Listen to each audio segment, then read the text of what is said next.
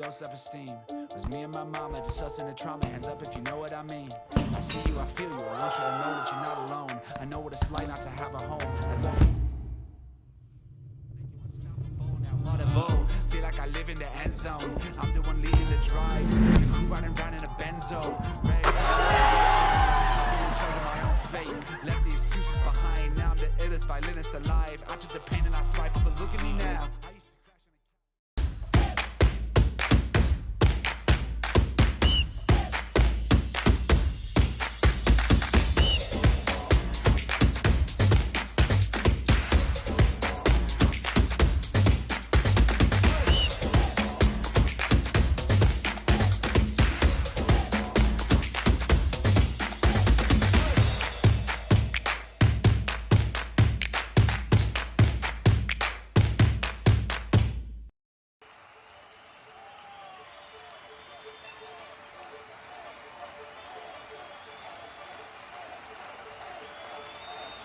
A good futsal player has to be intelligent. It's the most important quality in a futsal player because a futsal player is very fast, and you have to think really fast. You don't have time, you don't have a space. They have to enjoy it.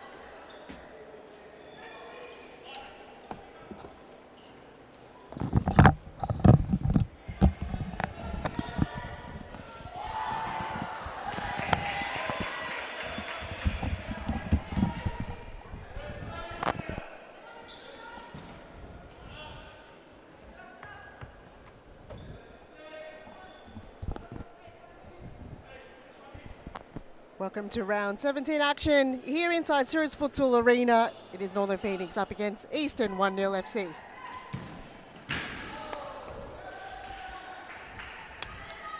First team to kick it out in today's battle.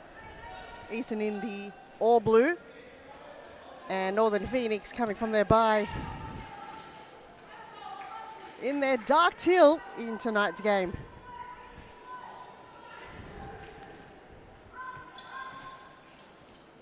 As Eastern look like they're banging on the door early.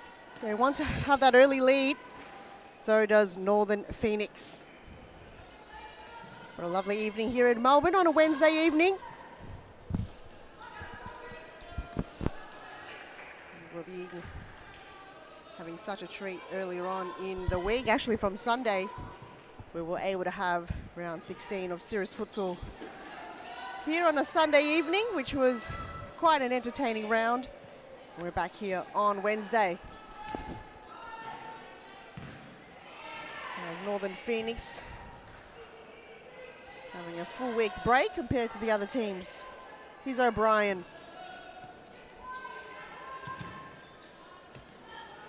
Just gives the ball away. Northern Phoenix reset the ball. They're kicking from right to left of your screen. Both goalkeepers this evening repping the all-red kit. So once again, it'll be a little bit confusing of determining which end the ball is kicking, depending on the teams. However, I'm sure we'll work it out in the end. Corner kick. Grabbed there by Tash Stathopoulos. Linda Sawa in the fluorescent orange boots. Still maintains possession.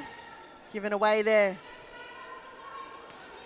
Turnover created here for Northern Phoenix. And eventually still a side ball for Phoenix. O'Brien goes back to the keeper.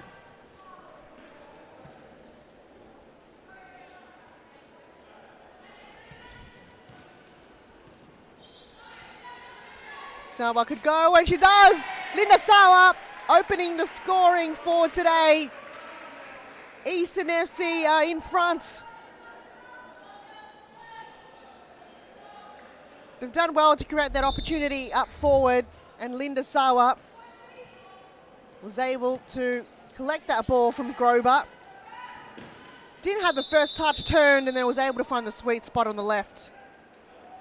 There was quite a big collision there happened inside the D from Ava Grober. A yellow card's been given. Looks like to Jess Giovinazzo, the goalkeeper for Northern Phoenix.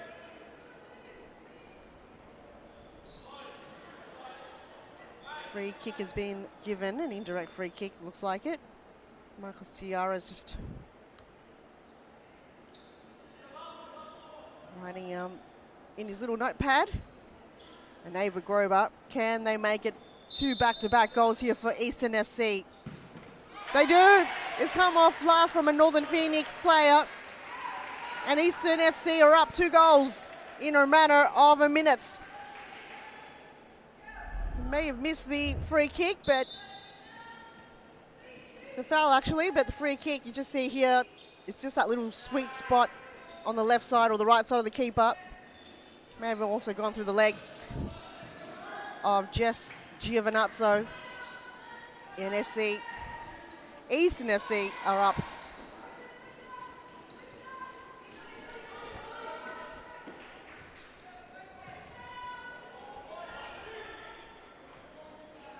So Northern Phoenix, is it time to call a timeout, or will they just let it kind of slip through, continue play for the next couple of moments? We have Tyler Lewis as the coach for Northern Phoenix.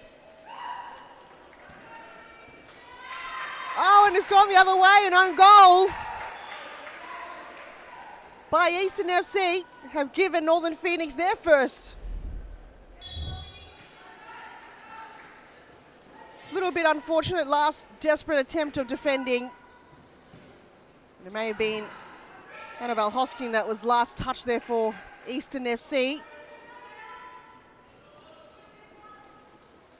Sometimes you try to do the right thing, but that was just unlucky for the Eastern side to concede a goal in that fashion.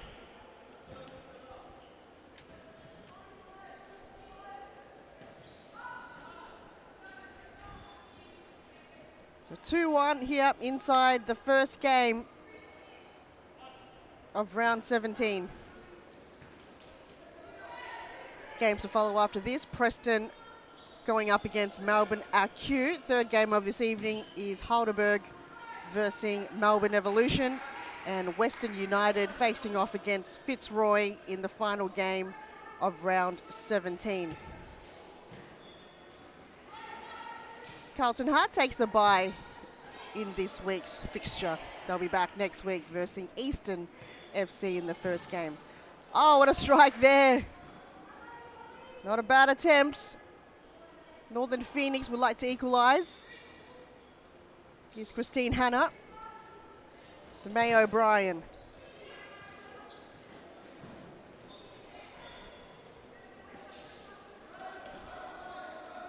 Eventually gobbled up by Jess Giovinazzo.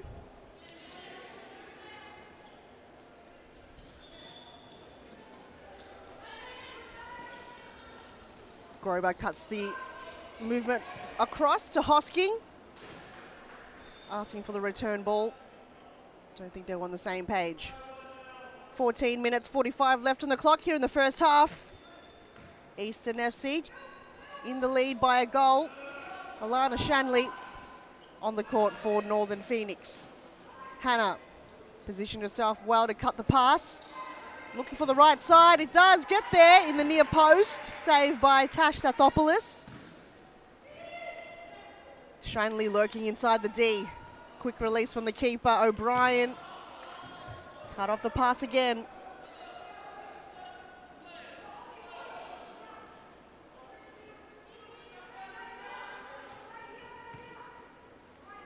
Easton resetting the ball, but Hosking leaving it behind. A little bit of a brain fade there from Annabelle Hosking. O'Brien to Shanley. No choice forward, goes back to Hannah. To her left to O'Brien. Pass was intended for Alana Shanley.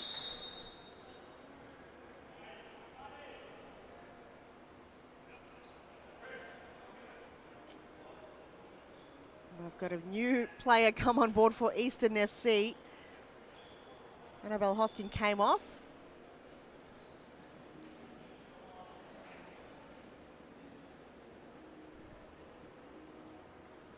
And Michael Ciara is just directing the new player coming on board on how the interchange bench works.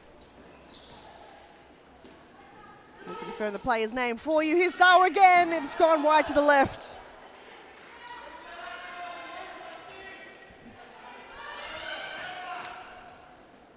Northern Phoenix quick to move things along. Ball goes back here to Eastern. Oh, it's gone in! Eastern FC have created another 2-goal buffer from the substitute. Came on board probably for about a minute, received a yellow card, redeemed herself, and that was so good to the bottom left. A timeout's been called. We'll take a short break. Plenty to come right after this.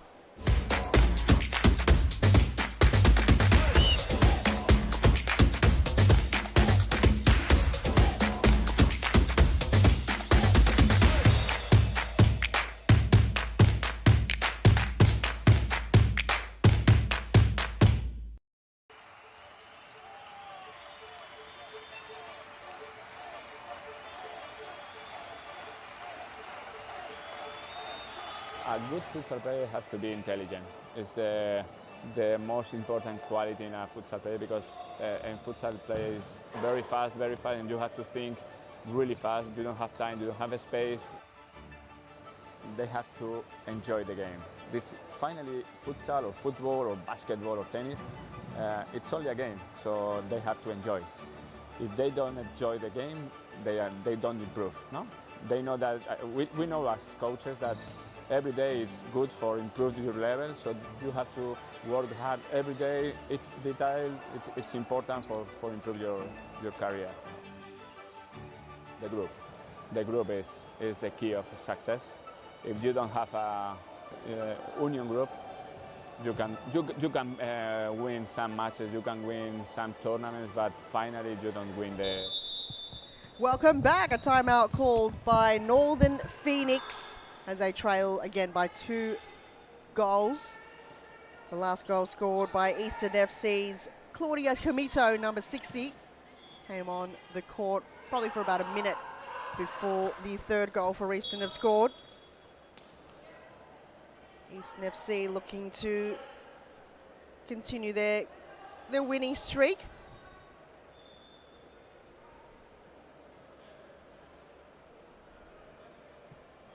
After a loss from Fitzroy in the last round. It was 6-0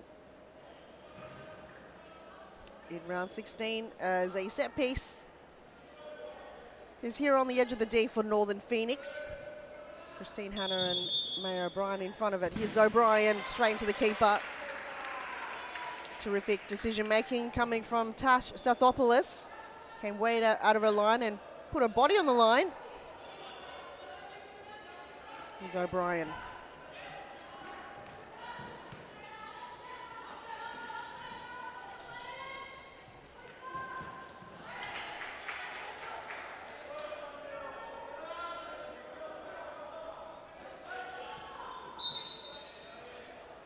Ball turned over. Northern Phoenix will bring in the side ball. Here's Merjanos. Looking to find Caitlin Tormal in the edge of the D. Side ball for Eastern, right in front of their bench.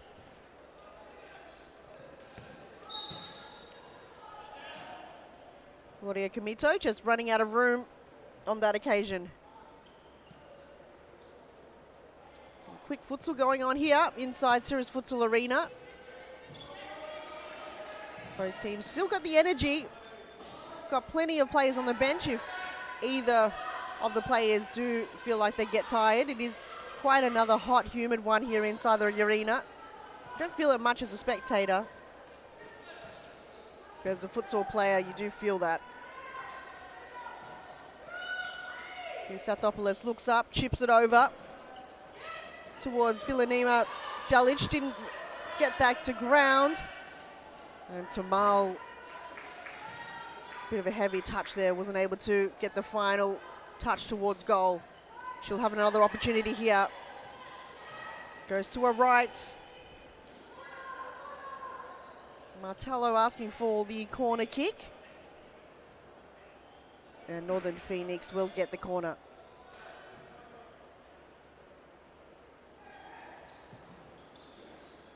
Not sure who the play was intended for. Northern Phoenix will have the side ball. Tamal gets dispossessed. Counter-attack is on here for Easton. Chips over the keeper. Right idea coming from Philomena Dalic. Giovinazzo, long throw to the right, hoping for Caitlin Tamal. Another long throw from the other keeper. And was it last touched? It may have been last touched by Philomena Dalic. And it's been given a goal to Eastern FC. Jess Giovinazzo left that going. And they might have another one here.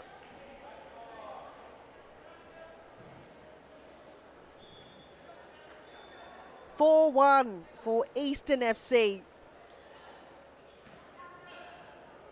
Lots of work to be done here for Northern Phoenix. They are missing Dana Stevens in this evening's game. Normally a crucial play up forward. They've got a few players that are quite new to the squad for this season. The chemistry have got to be building quite soon here. They'll just look a little bit mismatched in some of the set plays that they've got. Not looking bad at all, Northern Phoenix, but they've just got to be a little bit more clinical. The decision making is they've just got to tweak it a little bit better. Can't rely heavily on Jess Giovinazzo in the back line to stop them all. They've also got to defend as well. It's about 7 minutes 10 on the clock, first half. Ball is turned over once again from Eastern. They've just got to work on their side ball technique.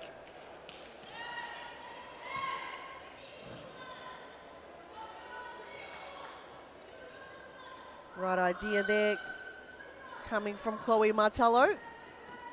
Here she is again. Martello surrounded by Eastern FC jumpers. Has to play it back to May O'Brien. Done the right move, going to her left. Some great movement coming here from Northern Phoenix. A final touch towards Merjanos though. That was served perfectly from May O'Brien. Martello would try to flick it. And eventually cleared away by Tash Stathopoulos. Just over 6 minutes to go in the half. Eastern FC leading 4-1.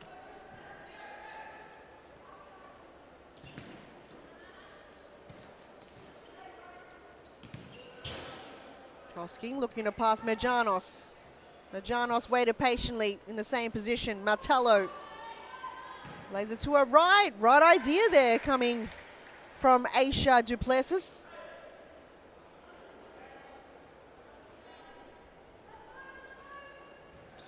Corner kick, O'Brien. O'Brien, oh, that goes wide to the left.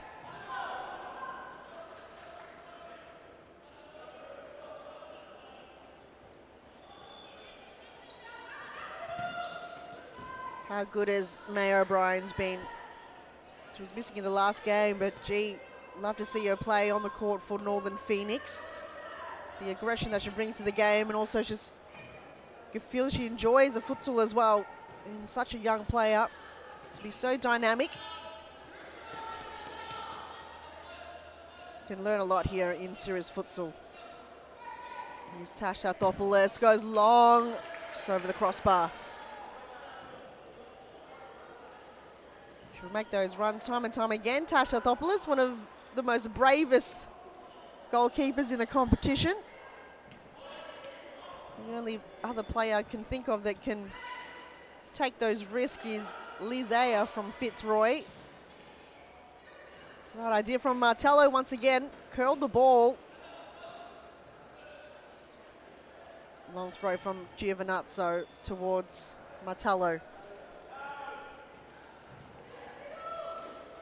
Duplessis, terrific grab once again from the keeper for Easton.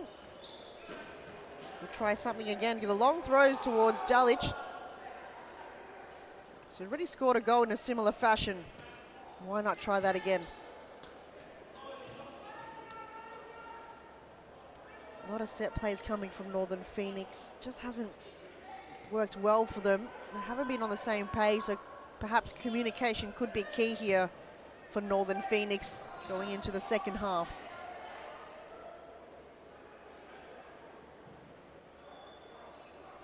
As Martello takes a break, on comes Alana Shooter-Shanley.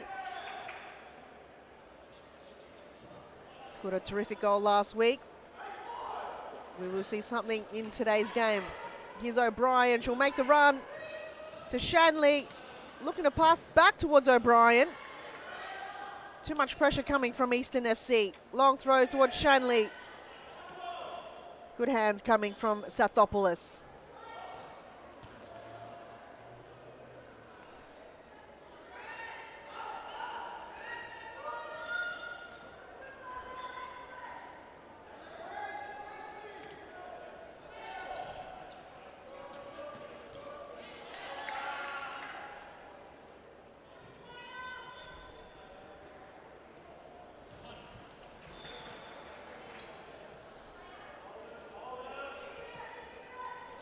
Hannah will try to hold up the ball as long as possible. Toe pokes it towards goal. Straight into Tasha Thopoulos. She quickly releases it towards Dalic.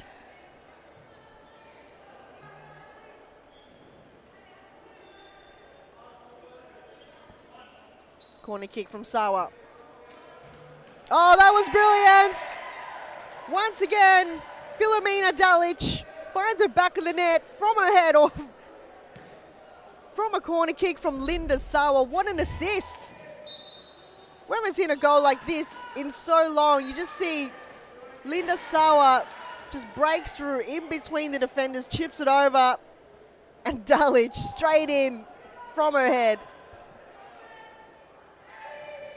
Eastern FC, 5 goals to 1. With 1 minute 45 on the clock in the first half. This is one of their best games yet here in the competition this season for Eastern FC.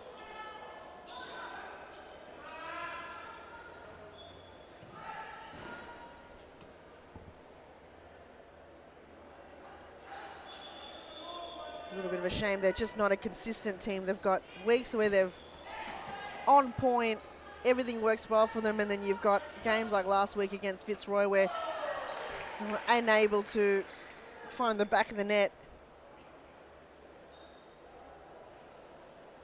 Something to work on in terms of trying to find that consistency in the season.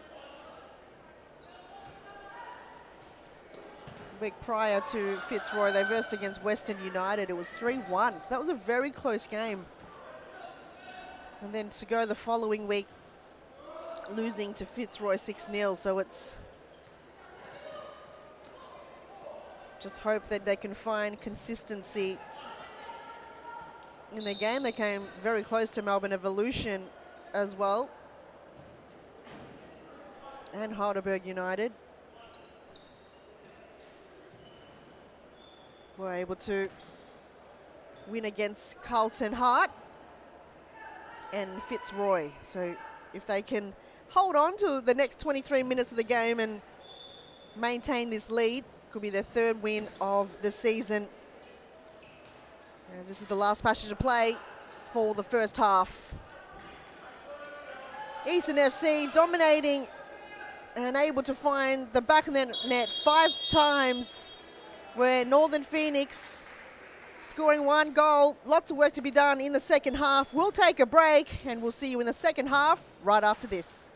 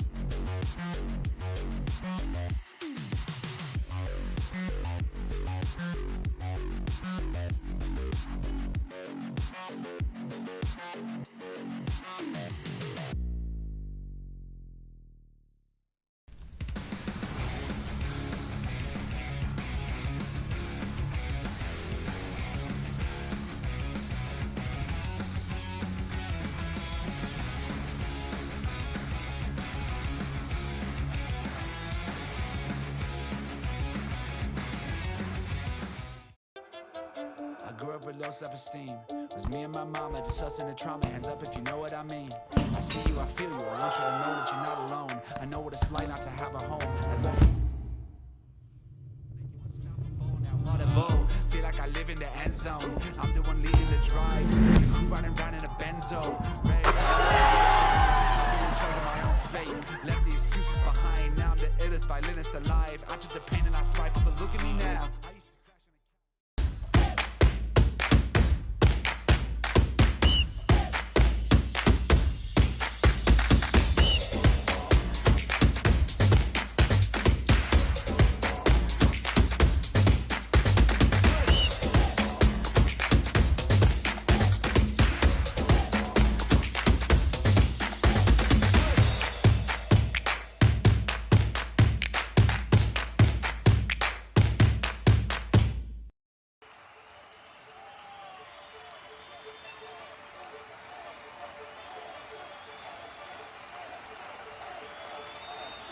A good futsal player has to be intelligent. It's the most important quality in a futsal player, because in futsal play is very fast, and you have to think really fast. You don't have time, you don't have a space.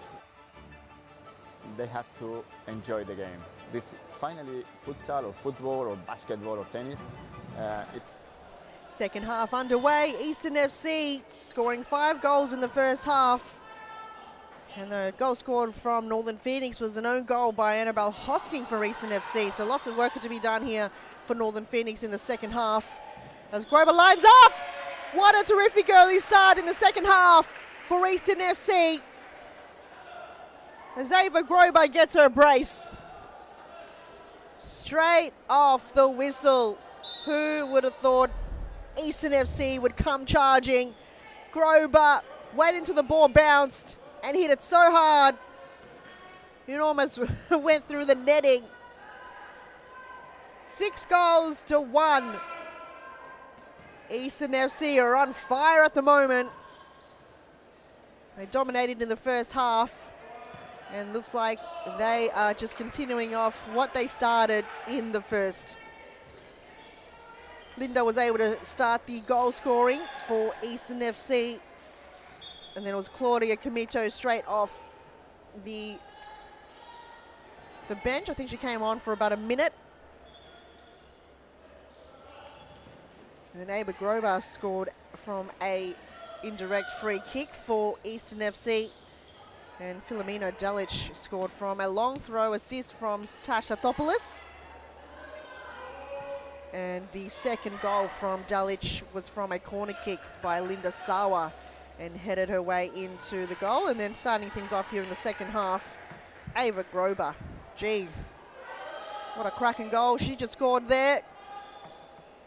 Northern Phoenix, they have to respond. It's been quite a challenge for them to get themselves in prime position in front of goal to threaten the keeper in any way. They've had a few good shots. However, nothing too threatening the keeper for Eastern FC. You feel Jess Giovinazzo rely heavily on her, but there's times where even the keeper can't stop them all. Good hands coming from Giovinazzo.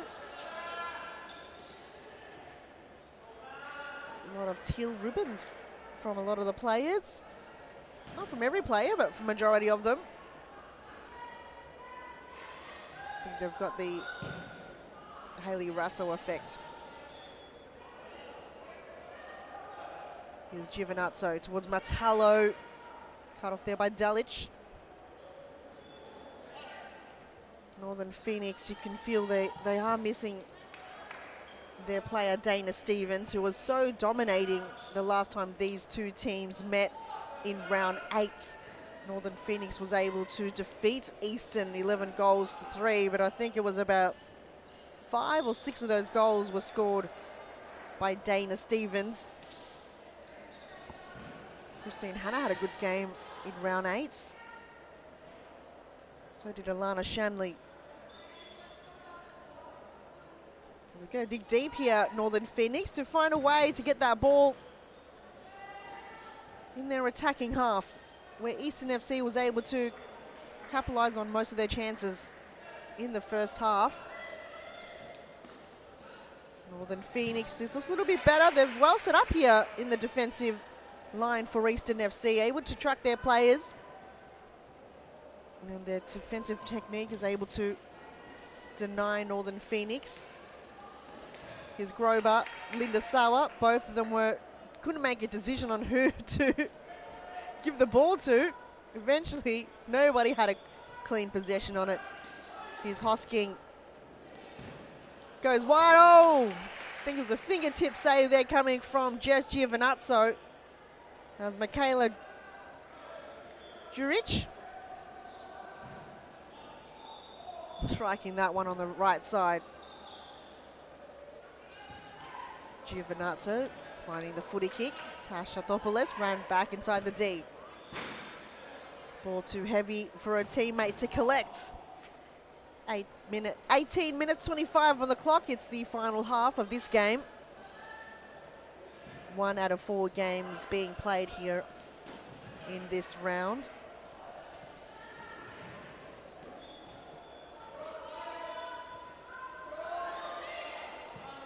Eastern will build up the play. Grover to Sawa! Too much mustard behind that ball, but that was terrific passage of play coming from Eastern FC. You can feel Grover and Sawa finally building up the connection and the chemistry that it just took them a few rounds to be able to build it. It seems to be on the same page on a few of those set plays here. Both Sawa and Grover up front. And Sawa again finds Grover.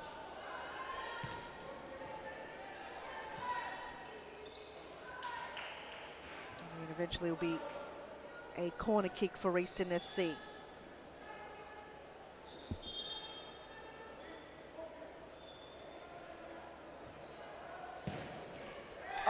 Oh, what a save coming from Jess Giovinazzo, but the strike from Michaela Juric.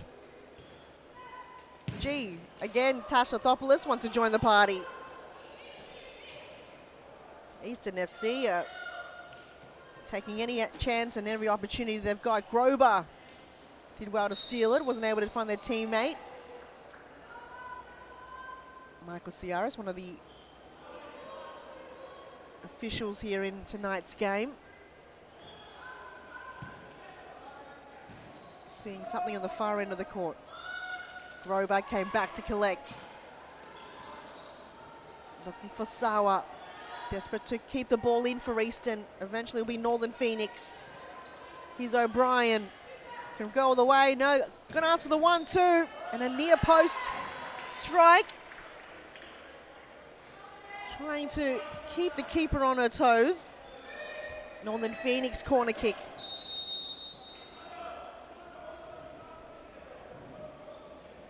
Chloe Martello taking longer than the 4 seconds that's required. Michael Ciares will count the moment the ball goes out of play. You think you have 4 seconds, Michael Ciares might give you 2 seconds.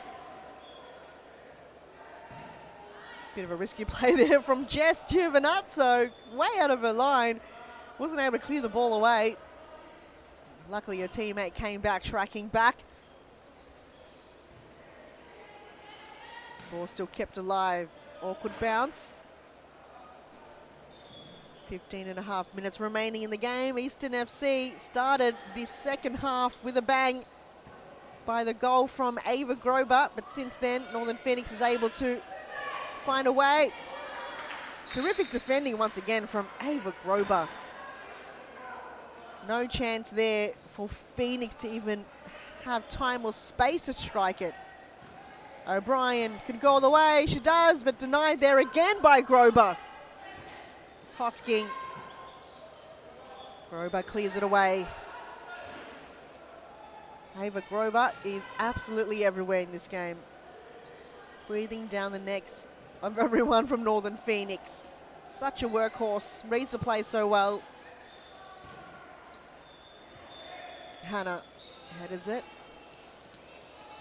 Juric unable to keep the ball in possession for Eastern FC.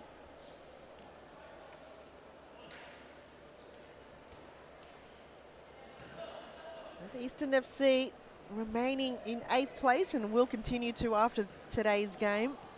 Will be their 3rd win with 12 losses, when Northern Phoenix have won 5 games with 9 losses, sitting 7th on the ladder. So 7th versus 8.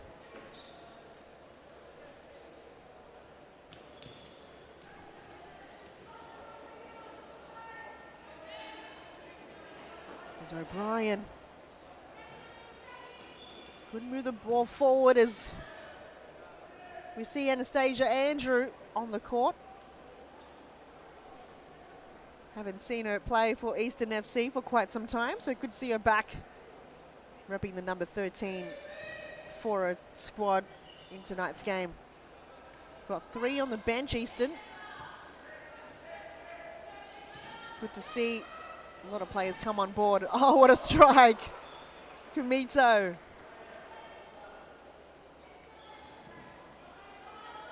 I wonder if she would have scored another goal coming straight off the bench. We saw someone similar, I think it was in last round. Where they would come off the bench, come on, score a few goals. Maybe that's how you play the best futsal. Here's Kumito again.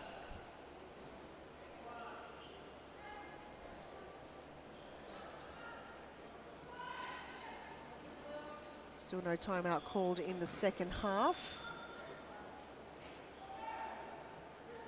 Northern Phoenix did call the first one.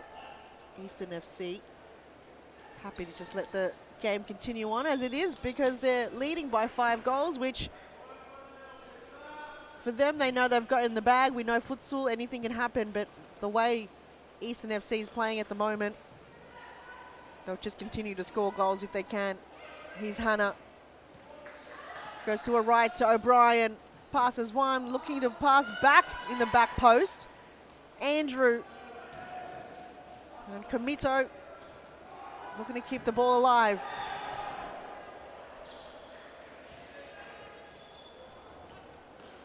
Grober. I think she just got kicked in the shin there by May O'Brien. Looks straight into the referee, Michael Ciaras, for a free kick. Here's Shanley. Can she create something out of nothing? Oh, what a save by Tash Arthopoulos. 5-point block technique. Executed well there by the keeper. O'Brien passes one. She'll toe poke it. Oh! Tash Arthopoulos again. Made that look so easy.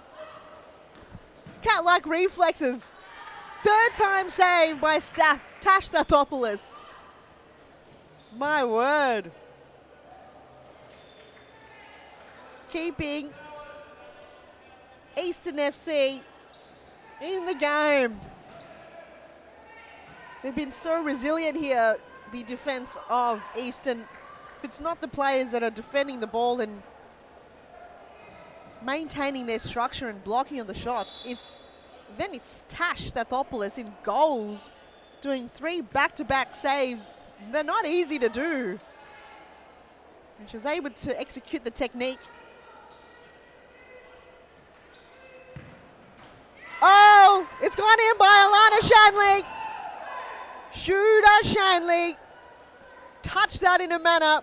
She's got her team on the scoreboard again here in the second half. It was from a side ball and it was just low and fast towards a direction. All she had to do was make sure it directed into the goal. Impossible saves come impossible goals like this. Oh, how good was that? Alana Shooter Shanley, that's why we call her Shooter. Oh, it's back-to-back goals by Northern Phoenix. Aisha Duplessis.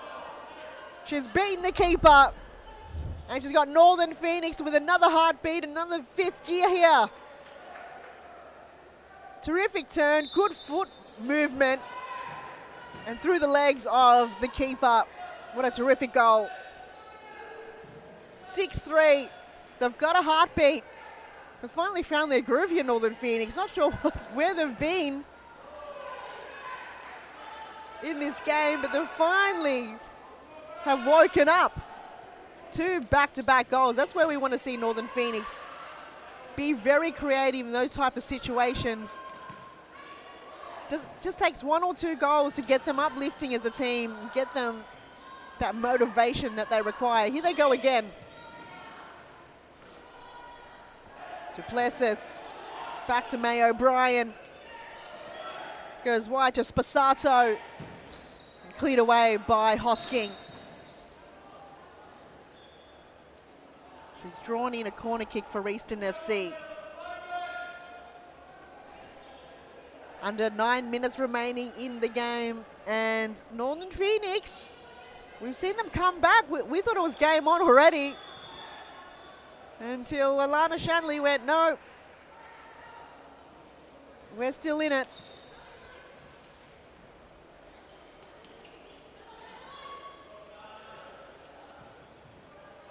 Merjanos wins her team a side ball, but she's a long way from home. Right on the backside, risky move. Can they maintain possession here? They do. Oh, it's good work from Merjanos. Shanley will hold it as much as possible and draws in a corner kick for Northern Phoenix.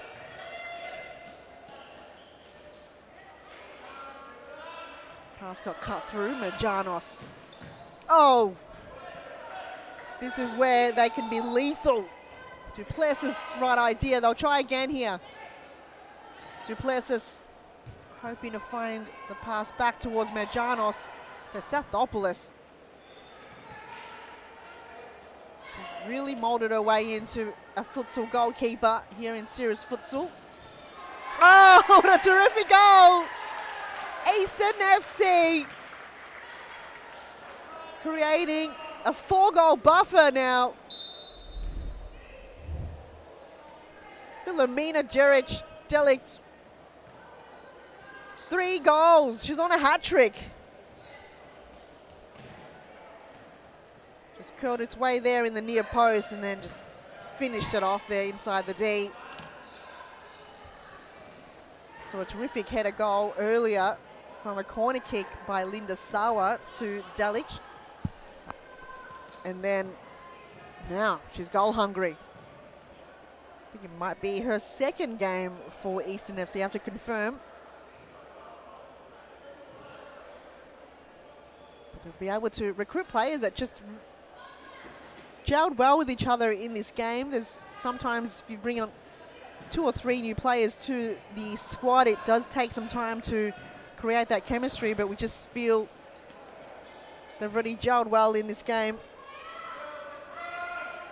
with the direction of Grober and Sawa and Hosking. I think Hayson is missing in this game. She did, I think, had an injury in last round, so or she could just be unavailable. But imagine if we had Maya Hayson also in tonight. Here's Delic again. Oh, and a big save from Giovinazzo. Bit of controversial one. She may have been outside her D. Don't know if it's touched her arm. She was able just to block it with her body and then kicked it out of danger. It's very risky. As a keeper, the D isn't a big space to work with, especially if you come from outdoor. 4 goals to Philomena Delic.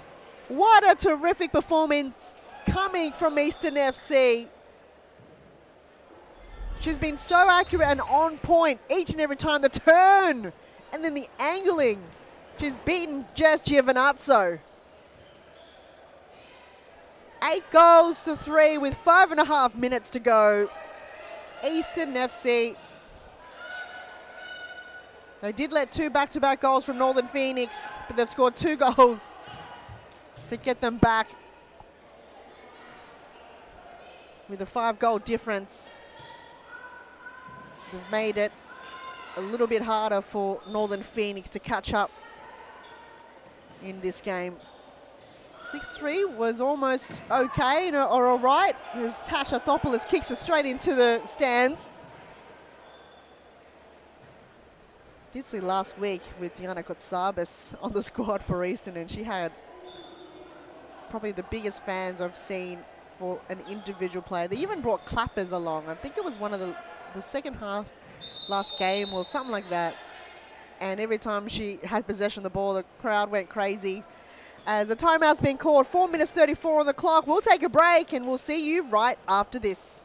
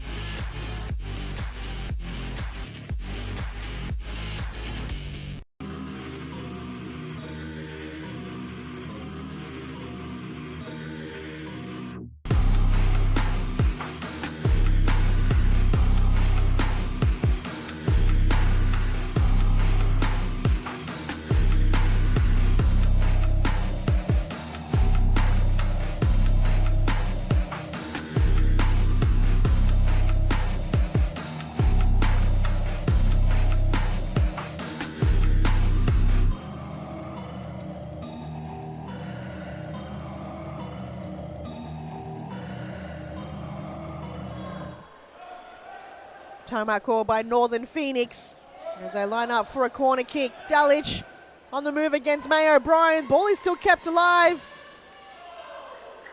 And Claudia Camito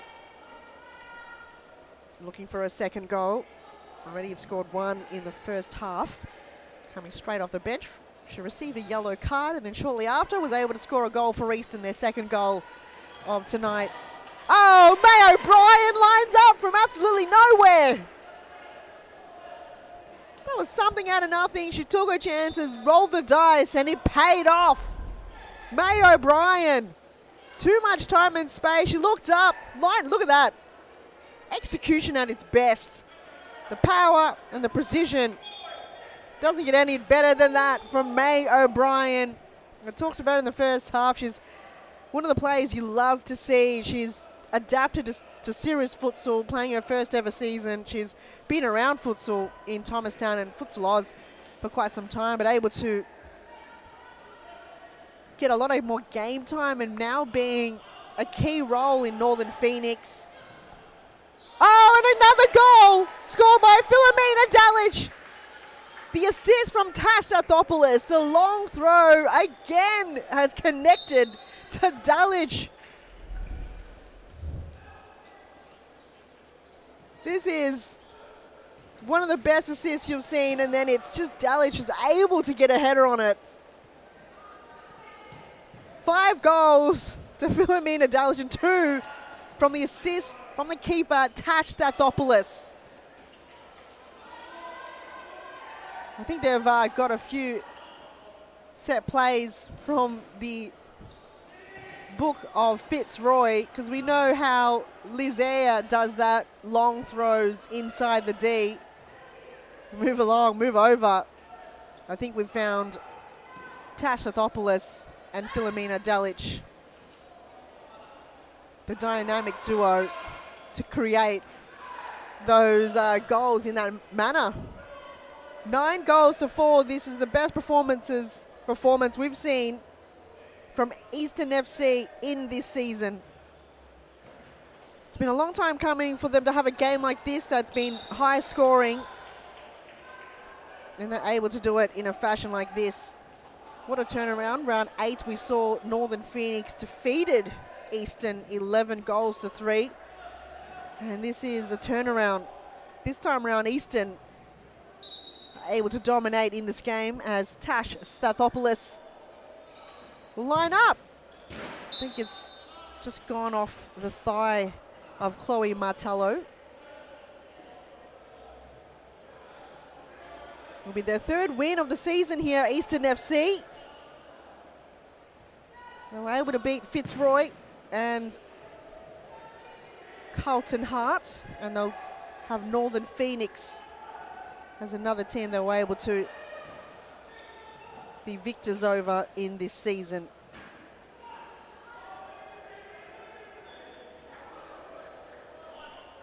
And speaking of which, Eastern will go up against Carlton Hart in next round, round 18 in the first game. Once again, could be a first game fixture that could work well in their favour. And they'll go up against Heidelberg United in round 19. Northern Phoenix has Western United in next Wednesday's fixture, and then Fitzroy after that.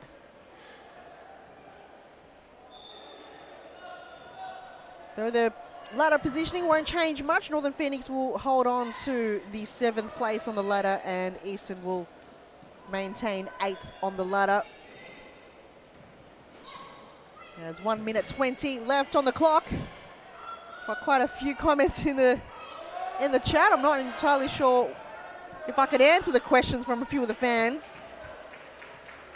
But from Johnny Sins, Adam Palombi starting an oil company, I'm all about it. If Adam wants to start an oil company, I'm all aboard. As long as I have some shares in it. I'm pretty okay with that idea. And it looks like Moa Fatea might be on the chat as well on YouTube. Something about Roberto Bagios losing a penalty. Not entirely sure about that one. I can't give my thoughts on that. My apologies, Moe. But Eastern FC scoring 5 goals in the first half, not allowing Northern Phoenix to really score. The only goal scored in the first half was by an own goal by Annabelle Hosking. But we did see a glimpse of hope from Northern Phoenix when they scored 2 back-to-back goals. Shortly after that, Eastern FC scored 2 on their own. But gee, Philomena Dalic, what a performance she's had tonight, scoring 5 for Eastern.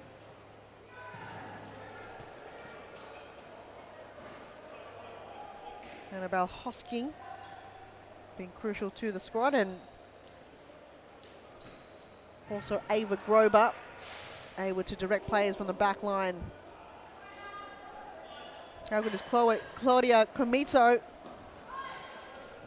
And you've got to give credit also to Tash Stathopoulos making terrific saves. There was a moment where everything was going her way. Northern Phoenix was firing everything they've got. And she went, no, not today, ladies. I'm going to try harder than that. 29 seconds to go. 9 goals to 4. Eastern FC finally getting their win after so long.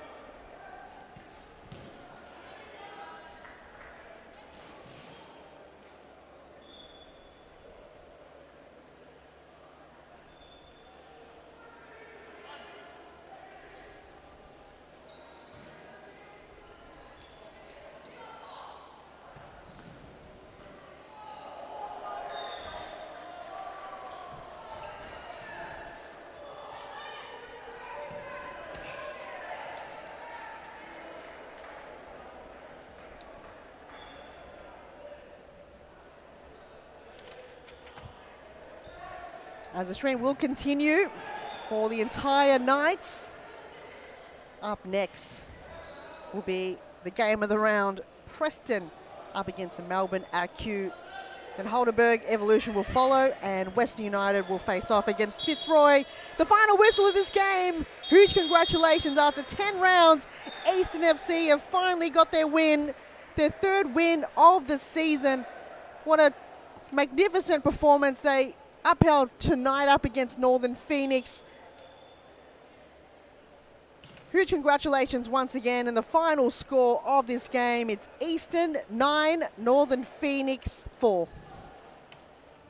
They have to enjoy the game. This finally, futsal or football or basketball or tennis, it's only a game, so they have to enjoy. If they don't enjoy the game, they don't improve. No, they know that. We know as coaches that every day is good for improving your level, so you have to work hard every day. It's detail, it's important for improve your career. The group is the key of success. If you don't have a union group, you can win some matches, you can win some tournaments, but finally you don't win the World Cup or you don't win the European Championship. You need a strong group and everybody go in the same direction. The futsal is totally different than in Europe or in other countries. I think there are good levels here in Australia. There are good players, so they have to work hard. And maybe in the future Australia is in the top.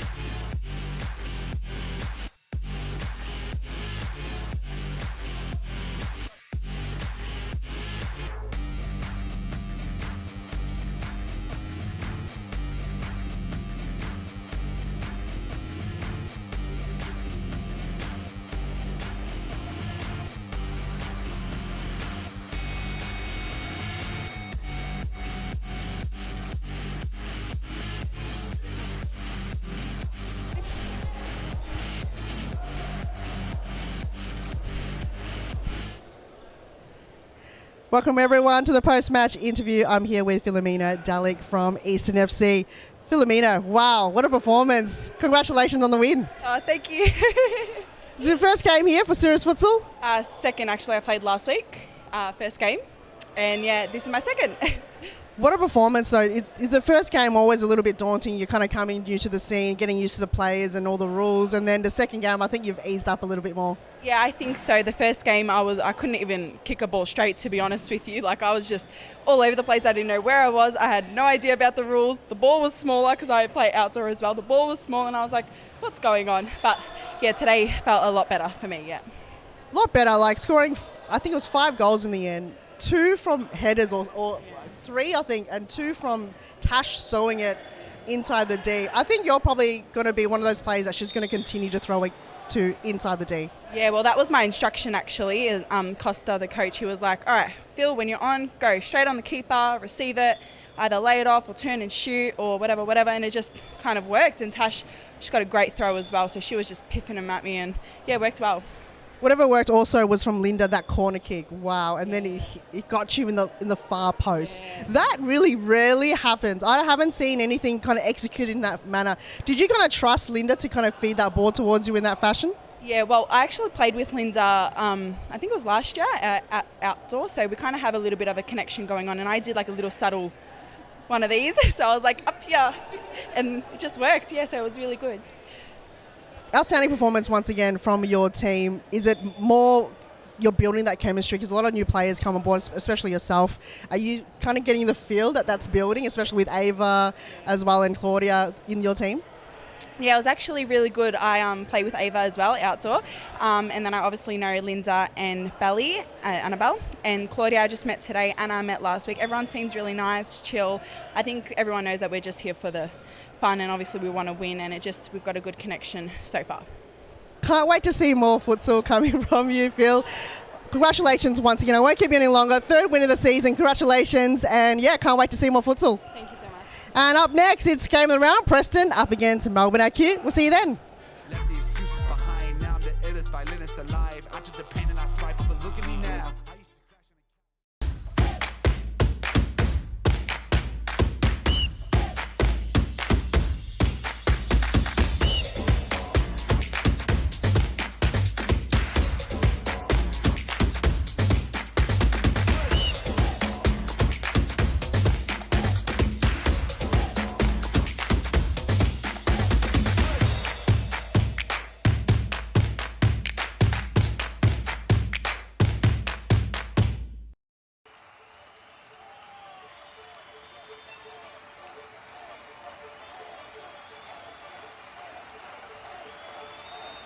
A good futsal player has to be intelligent. It's the most important quality in a futsal player because in futsal play is very fast, and you have to think really fast. You don't have time, you don't have a space. They have to enjoy the game. This finally futsal or football or basketball or tennis, it's only a game, so they have to enjoy. If they don't enjoy the game, they don't improve. No, they know that we know as coaches that every day it's good for improving your level, so you have to work hard every day. It's detailed, it's important for improve your career. The group is the key of success. If you don't have a union group, you can win some matches, you can win some tournaments, but finally you don't win the World Cup or you don't win the European Championship. You need a strong group and everybody go in the same direction. The futsal is totally different than in Europe or in other countries. I think there are good levels here in Australia. There are good players, so they have to work hard. And maybe in the future Australia is in the top.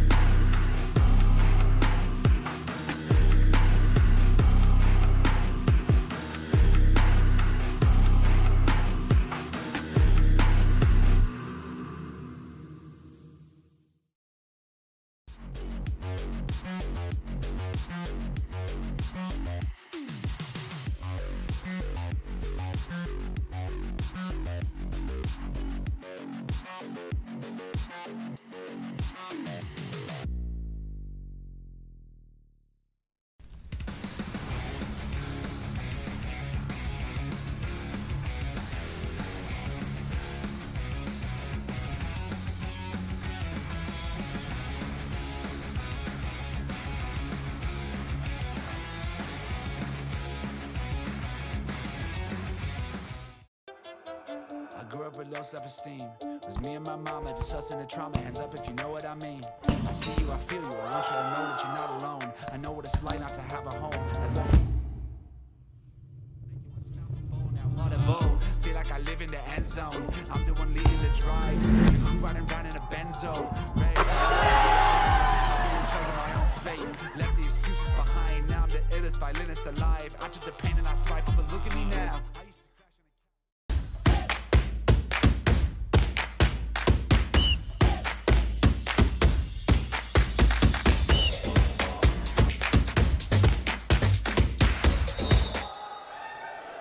Welcome everyone to round 17 action inside Cirrus Futsal Arena.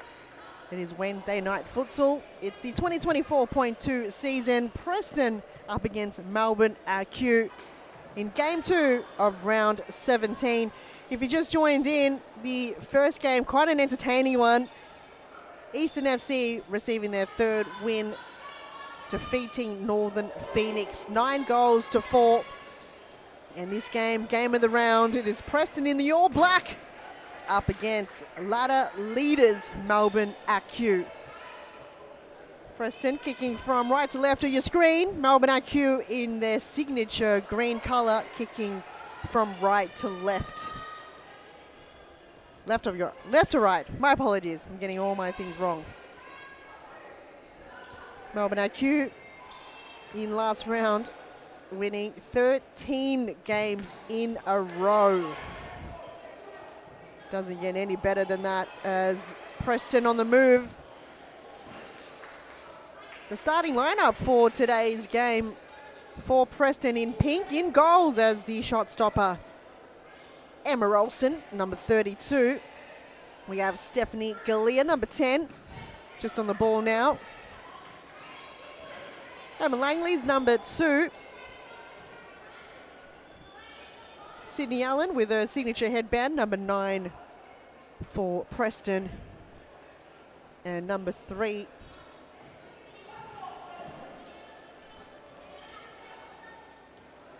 is Louisa Verratti. I've only got 2 on the bench for this evening, Preston.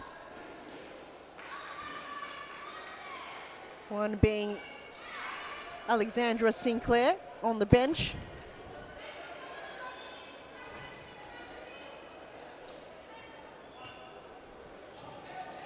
And the other player, we'll have to confirm who it is. It's not on my sheet. We'll have to confirm with Joseph and the Preston squad. And looks like Aki Ratulis is back coaching for the men's, for the women's. Jamie Sultana, Jess Halabi and Taylor Halabi normally on the sidelines, but not present in tonight's game, so could be absent and not available here on Wednesday. Melbourne AQ on the other end. What a star-studded lineup once again. On the ball now, Lucy Raymer looking to find a way on her left, number 14. Francesca Iamano, number 4 on the court. On the ball now, Mary Hugh Big, number 77. And they've got Elise Knight, number 6 for Melbourne AQ, playing her second game for Cirrus Futsal. What a performance she had in last round. And great to see her back here on the Cirrus Futsal Arena. And in goals is Rebecca Yee. I'll call those off the bench when they come on. And Kiwimu, the manager for AQ. Thanks for everyone tuning in wherever you're watching. If you're watching on YouTube, Facebook, or the WeFroth app, as Raymer, delivery of the ball was perfect. It's gone through the legs. It's gone out. It's all up to the referee to decide if that made its way over the line. That was very close. Emma Olsen may have had the life flash between her eyes when that ball bounced in. Last thing you want to see as a keeper is to stop it, and it's gone in that fashion. But she's able to be very lucky on that occasion. Quick to not be defeated when that ball hits the ground. Don't know if we can get another replay on it. Mary Hugh Beek. asking for the corner kick, not given. Referee says move along, long throw towards Emma Langley. And it's gone out of bounds. Melbourne AQ again leading the championship race in this season. 13 straight wins in a row. Currently situated top of the ladder. Preston positioned 4th on the ladder with 9 wins and 5 losses.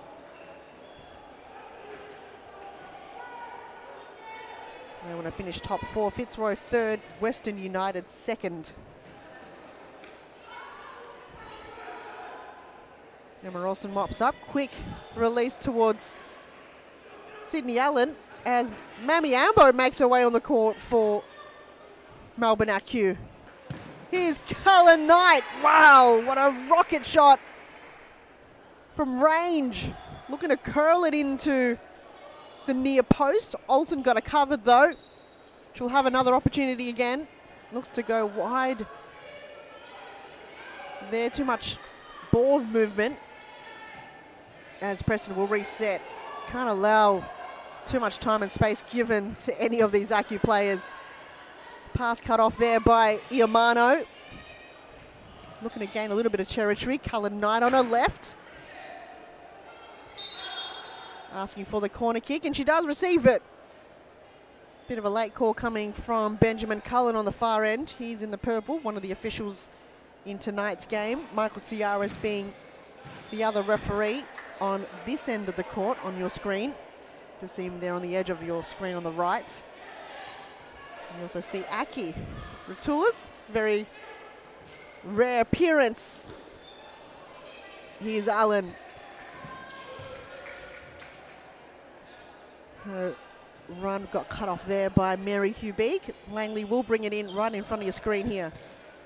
Short pass to Allen.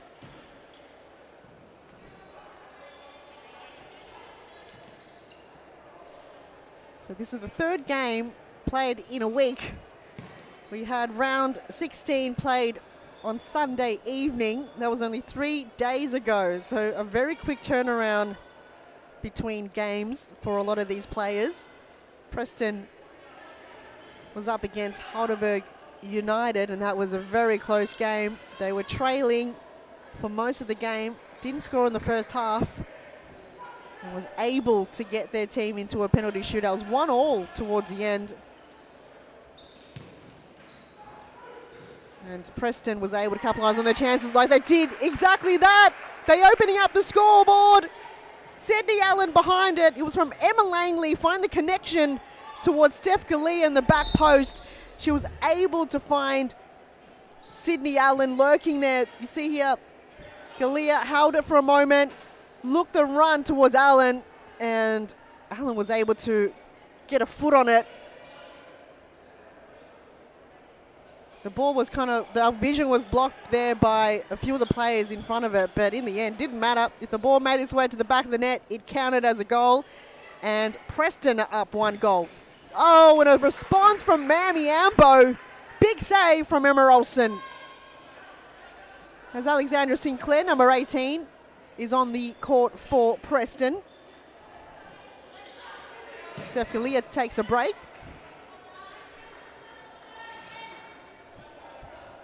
And Miko Yamashita, number 8 for Melbourne AQ, is on the court for her team. Here's Cullen Knight. Yamashita.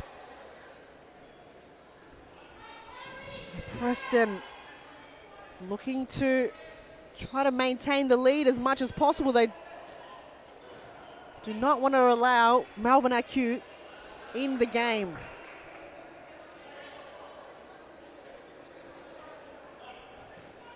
Here's Hubeek to Yamashita. Getting manned there by Sydney Allen. Applied enough pressure. Here's Hubeek on her left, though it's hit Alex Sinclair on the way through. A human ramp, Alex Sinclair. Corner kick for Melbourne AQ. Yamashita to Cullen Knight. Finds Ambo. It's central. They've equalised. Another terrific team goal and a passage of play coming from Melbourne AQ. It was Cullen Knight to Ambo and Mary Hugh Beek with the finishing touch in between the legs of Emma Olsen. Melbourne AQ, they find goals like that, and a big save from Alex Sinclair. Playing the second goalkeeper role. Got it just enough touch there, and they go at it again with a similar fashion. The cut back from Miku Yamashita towards Mami Ambo. Melbourne AQ, they just dominate in those set pieces. You just see it once again. Hugh Beek, no one tag Yamashita. She finds a very open Mami Ambo. And they've cut the ball in. Oh, they're unstoppable on those occasions. Who do you stop? You try to stop one. The only way through is really to create that high press so the passes don't go back into the centre position, where time and time again you'll see a Melbourne AQ player waiting for the pass to come their way. Preston did start off scoring the first goal. Melbourne AQ with this response to back-to-back goals. Sinclair wants to get a header on it.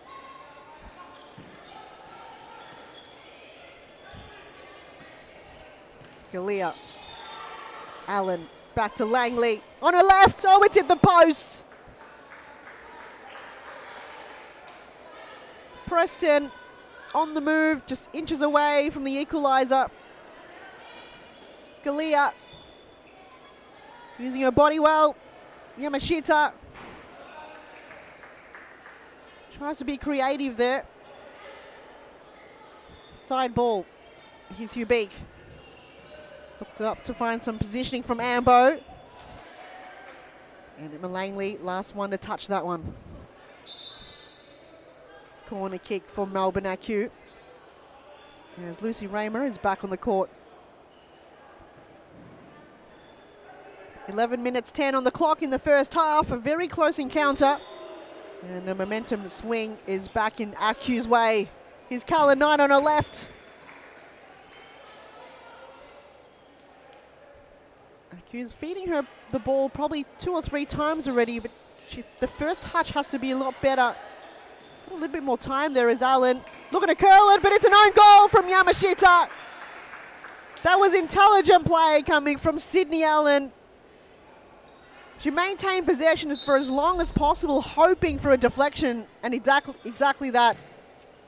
Yamashita, I don't know if it's even touched last by her, but it's up to the referee to decide if that was a goal for Allen. It was a little bit too quick for us to have a closer look at it.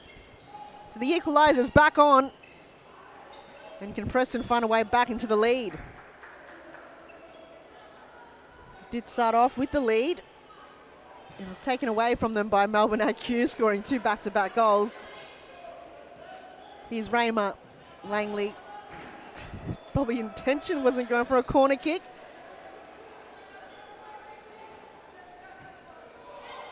Raymer to Cullen Knight. Ambo. Oh, Emma Olsen. What a terrific save. Have to outstretch. The keepers tonight, the keepers that are receiving most of the shots, have just done a brilliant job. The saves aren't easy. It takes a split-second decision-making to process it in your head, and they just do it with reflexes. You don't have to think. It just happens naturally. We saw that in the first game, Eastern FC's goalkeeper, Tash Stathopoulos, making incredible saves like that. It's just all reflexes. But no reflexes could stop that from going in. Mami Ambo finding a second. Another set piece coming from Melbourne AQ as we try to bring you the more accurate replay.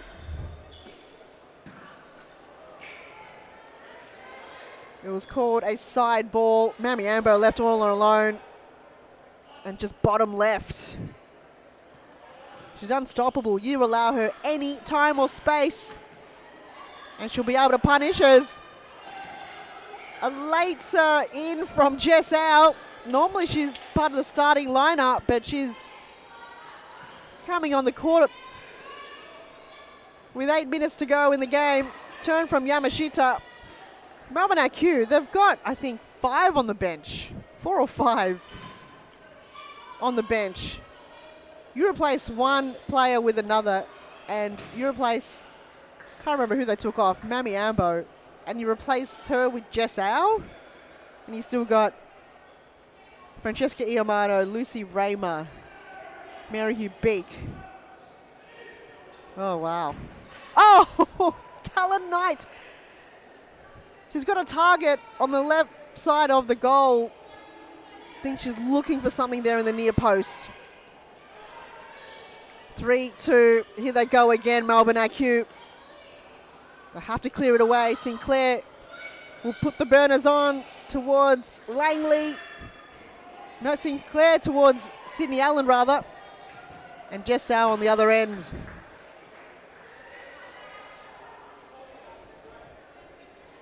Seven minutes 15 on the clock in this game, and the intensity has not stopped since the beginning of the game. Preston were looking fantastic.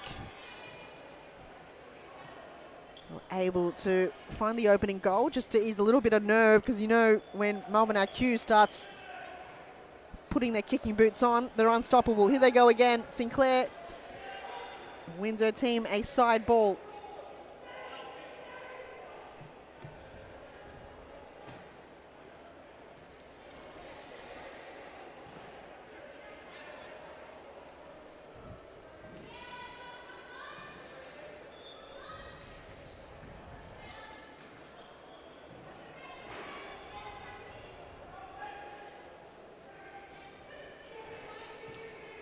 Here's Yamano back on the court for Melbourne IQ. Alex Sinclair got in the way. Oh, as Jess Au try to block Alex Sinclair, but had to look up, clear that ball away. Bit of a risky move. Sinclair brings it to ground. Allen wasn't able to find a teammate, and the counter-attack is on here for Melbourne IQ. Yamano tracks back, finds Jess Au, and she kicks it straight into the referee. 5 minutes 40 on the clock, first half. Still a very close game. Appreciate your company wherever you're watching. In Australia, all around the world. If you're fans of ACU, let us know. If you're fans of Preston, leave it in the comments. Low hard ball there coming from Steph Galea. It was a very tense game. Steph Galea on target. Saved there by Rebecca Yee. And Acura on the move again. Oh! Emma Olsen outstretched, but Yamano charges her way through with the ball in her feet. There was nothing stopping that train of Francesca Iamano going into the goal. It was very quick counter-attack coming from Melbourne IQ. That Olsen may have got hit in the face or something in the meantime, or the nose. I think she may have got a blood nose. We've just stopped momentarily here in that passage of play. She did make the first initial save.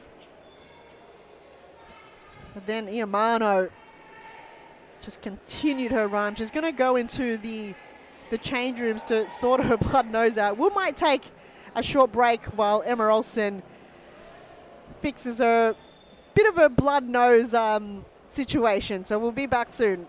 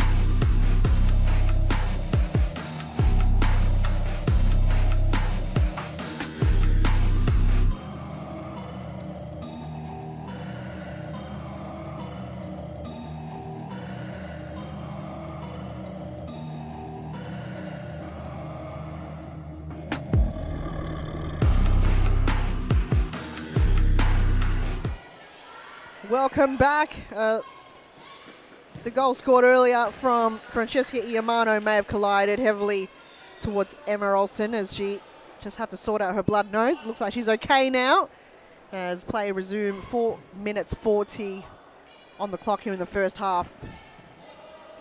2 goal difference between these two teams, but anything can happen.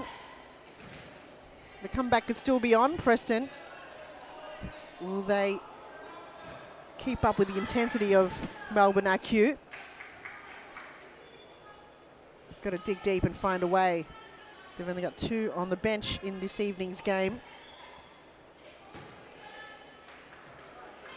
But sometimes having less on the bench is perhaps sometimes better. You've still warmed up. You've got the chemistry building towards your team that have been on the court, and a lot of these players do also play outdoors, so they're used to the endurance of playing an entire game.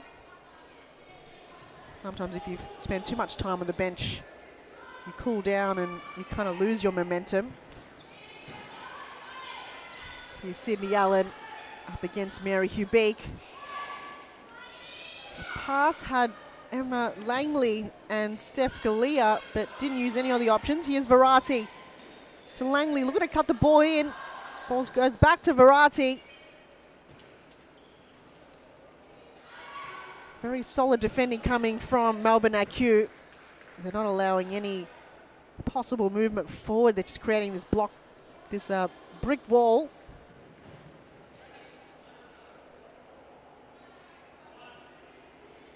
Ambo finds Yamano, gets dispossessed by Langley.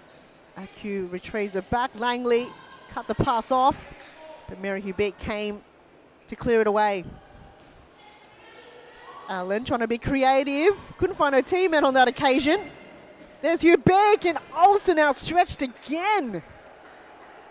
Magnificent goalkeeping coming from Emma Olsen, working overtime in tonight's game, keeping Preston as in the game.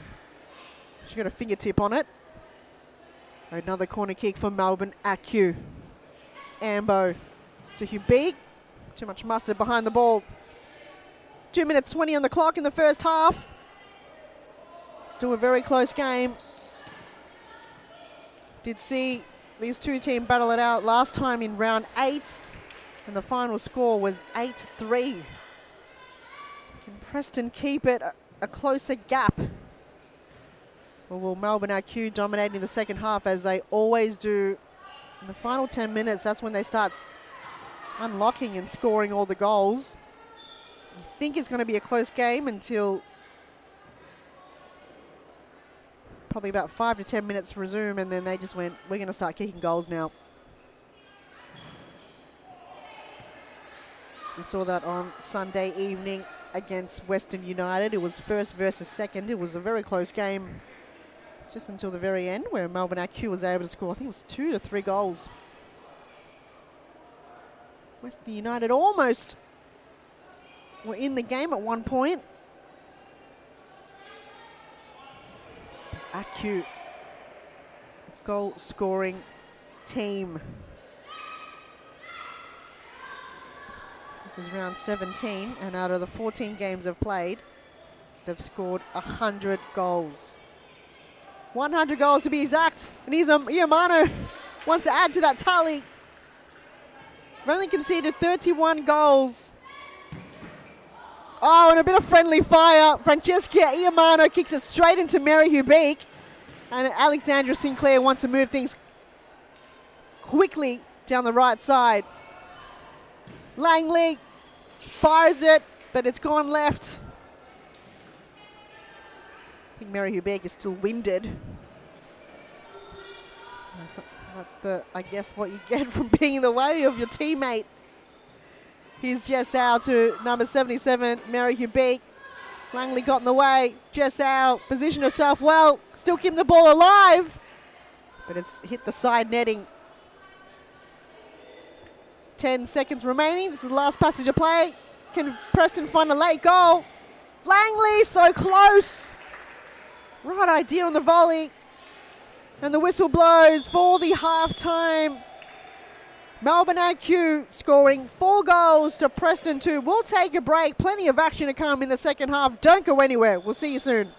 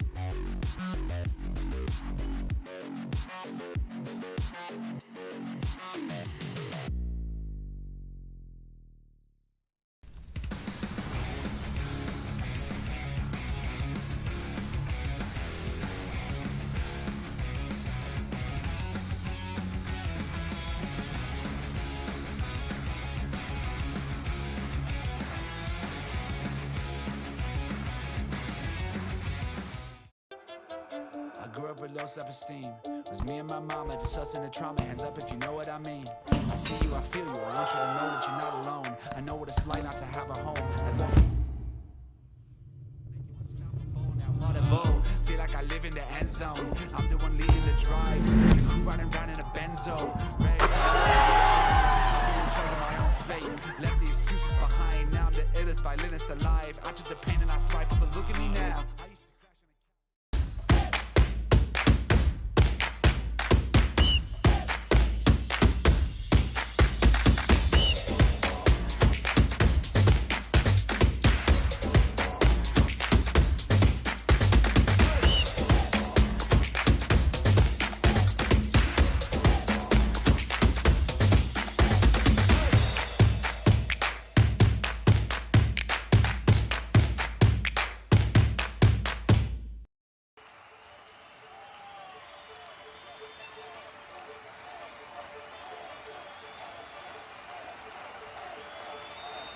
A good futsal player has to be intelligent.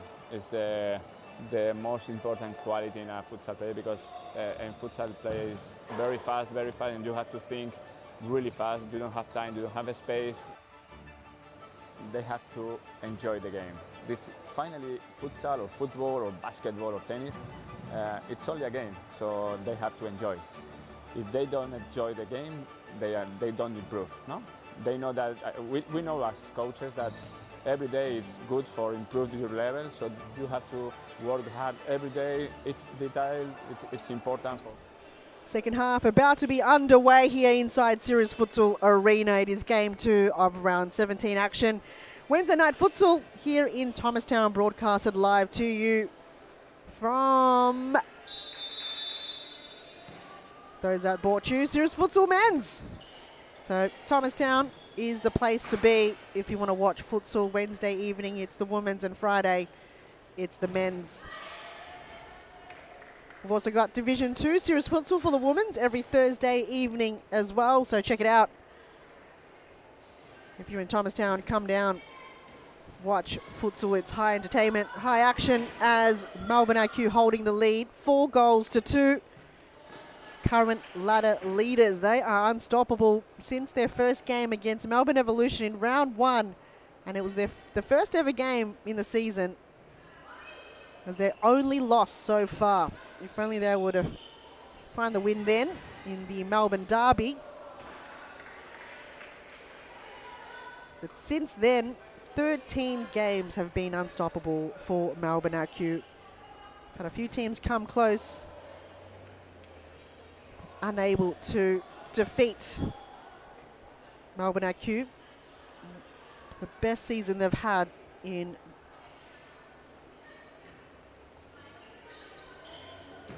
their lifetime in terms of the women's team.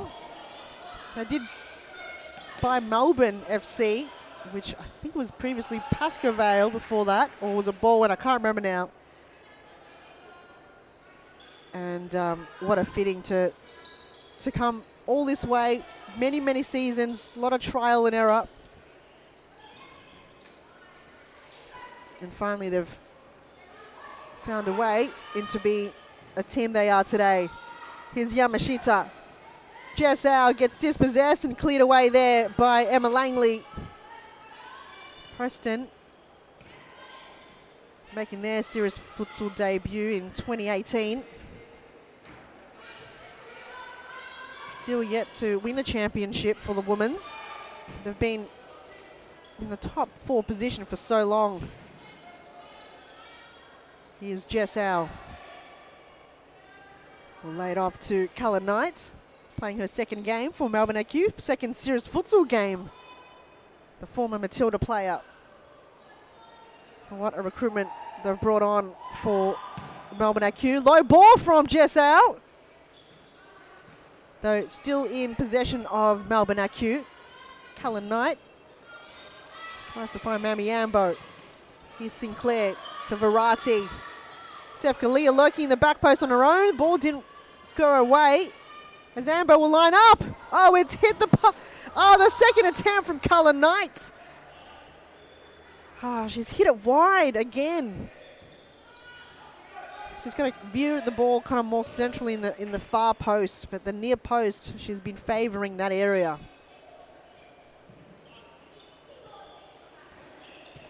Galea. Just out. Passes one. Oh, it's the back post pass towards Yamashita from Jess Au. The vision. Very intelligent play coming from Jess. Finds her teammate in the vision of her right side and utilises her instead. The pass is great, and then Yamashita, I don't think she's intentionally chipped it in that manner, but it's gone over Emma Olsen, who went to dive down very early and has chipped over her. 5 goals to 2 for Melbourne AQ. Can Preston respond? Here's Ambo. Turns straight into the backside of Langley. Allen wants to put the burners on. Surrounded by a lot of AQ jumpers. Oh, how good was that? Sydney Allen goes to the corridor, and the 1-2 from Steph Galea cut through the defence of Melbourne AQ. Usually you're surrounded by players and find a way through. And she got herself in prime position to tap it in the back post. What a terrific goal from Sydney Allen. If that doesn't get your vote for goal of the week, I'm not sure what will. She skipped, hopped her way past the defence of Melbourne AQ. And then here they go again. Alexandra Sinclair looking to skip, hop around Melbourne AQ as well.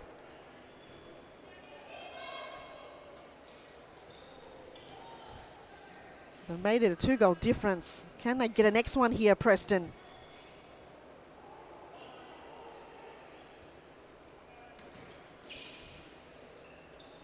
Gone close on many occasions between a lot of their opponents. They worked hard last week to be able to draw in a penalty shootout. And was able to defeat Heidelberg United. They are missing Claudia Damasi.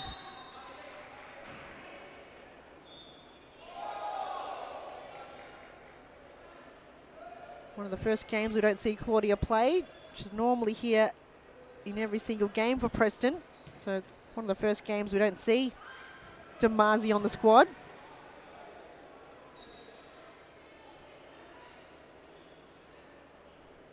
Also don't see Monica Fanua. So it could be the whole team perhaps away.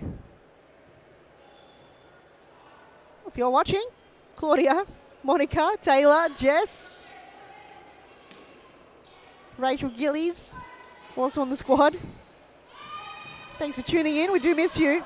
Your team is putting on quite a performance against top of the ladder leaders, Melbourne AQ. Hugh Beak. Looking to gain a bit of territory, going on her own. Cut there by Langley, but still maintaining possession here. Alexandra Sinclair with the steal. The counter attack is on. Oh, it didn't reach Sinclair or Allen. Jess Au gets dispossessed there by Steph Galea. Yamashita got cut off there. Sinclair to Galea. They can hold it for a moment here, Preston. Callum Knight to Yamashita. And cut off pass by Emma Langley. 16 minutes remaining in this game. 5-3 to Melbourne Acu.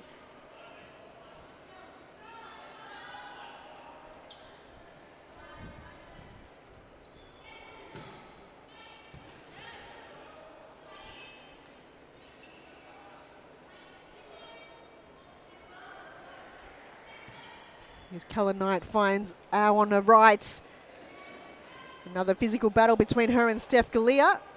It's going to be a corner kick for Melbourne Acu. Au to Callum Knight on her left. Denied there by Sinclair. Oh, and the ball from Mary Hugh Beek's gone wide. Alexandra Sinclair playing the second goalkeeper role. Already stopped one in a similar fashion. It was in between her legs earlier and she was able to stop it.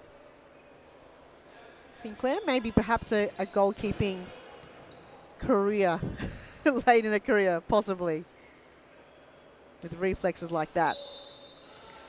Steph Galea didn't bring in the side ball directly on the line. Michael Ciaris, the referee, just right on the edge of your screen here.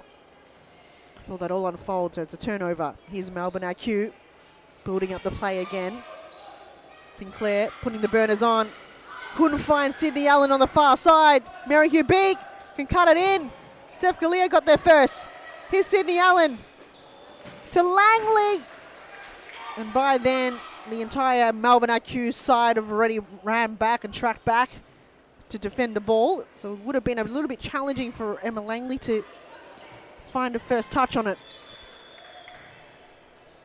I would say almost Sydney Allen would have gone for it on her own. Could have been a bit selfish there. 14 minutes remaining. 5 goals to 3. If you just joined in, the first game, spoiler alert, Eastern FC winning their 3rd game of the season against Northern Phoenix. And Philomena Delic scoring 5 goals. What a performance coming from a player that's only played futsal 2 times after today. So Eastern FC, with the recruitment of Linda Sawa and Annabelle Hosking and Ava Grober, getting a few of their teammates from outdoor to play futsal here in the second half of the year. Just getting a little bit more depth in their squad for Eastern FC.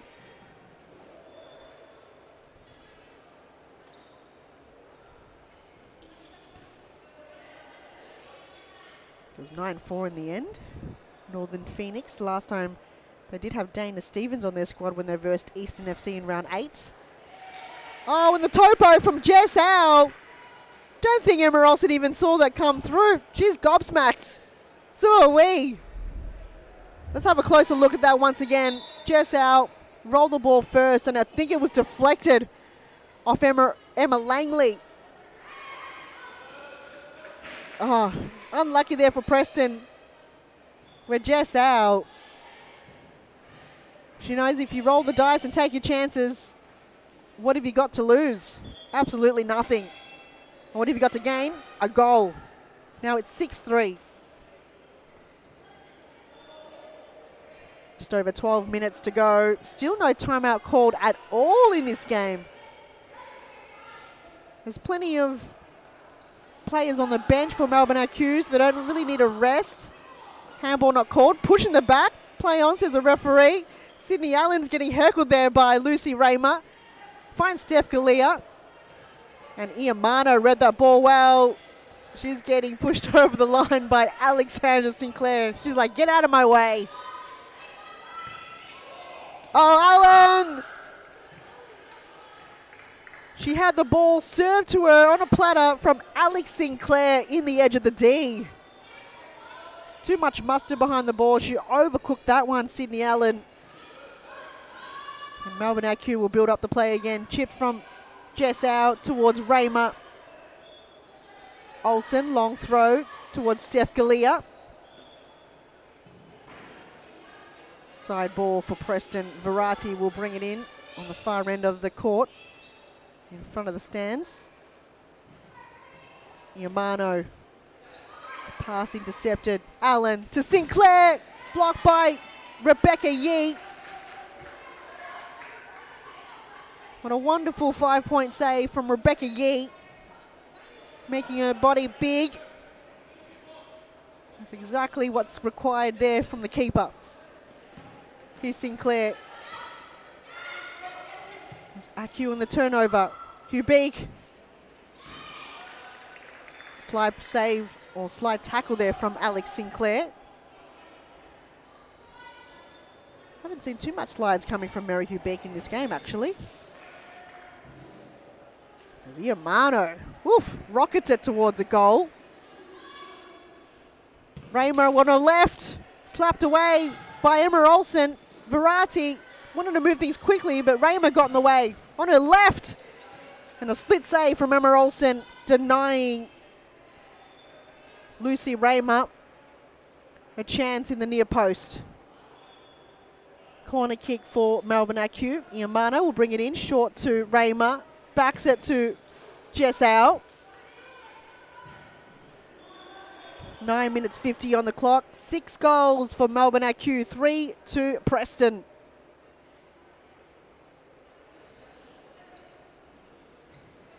And there's still 2 games coming up after this. Oh, Steph Galea's finally got it. It was a pocket rocket from range. There's absolutely nothing stopping that. It was so powerful. It was so quick. Look at herself line up. Bam. Just out had to get out of the way. 4 goals to 6 with 9 minutes to go. Can the comeback be on for Preston? Can they challenge Melbourne IQ who have been dominating for 13 rounds? Jessau cut the pass off. Slide tackle again, and a second slide tackle from Preston. Claps from the bench. Jessau's got to be stopped by 2 players.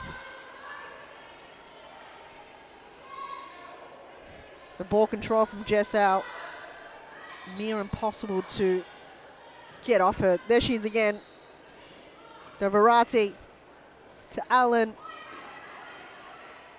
Under pressure by both Hugh Beak and now Jessau. Q wins a ball back, but cleared away there by Mary Hugh Beak.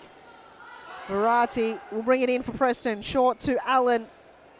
We'll find Steph Galea straight into the backside of Carla D'Alessandro, who makes her first appearance in today's game. Number 5 for Melbourne IQ. With 8 minutes to go. Galea to Sinclair. Jessau again. Read the ball well. Oh, Jessau! Unstoppable. Counter-attack at its finest. Intelligent play.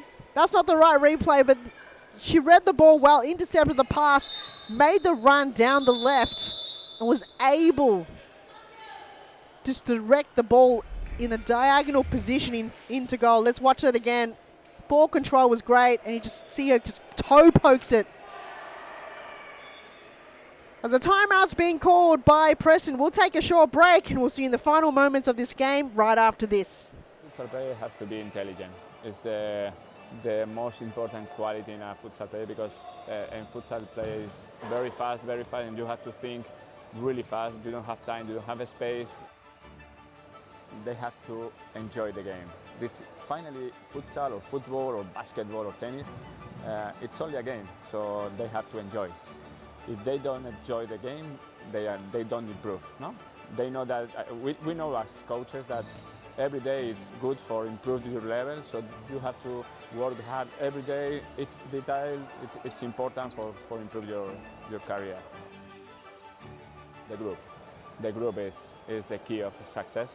If you don't have a union group, you can win some matches, you can win some tournaments, but finally you don't win the World Cup or you don't win the European Championship. You need a strong group and everybody go in the same direction.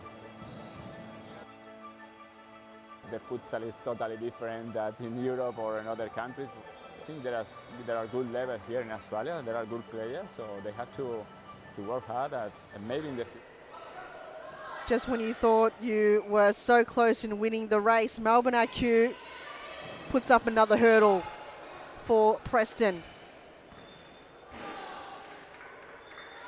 It was just a 2-goal difference momentarily, and then Melbourne IQ with a performance from Jessau and a goal to be goal of the week contender.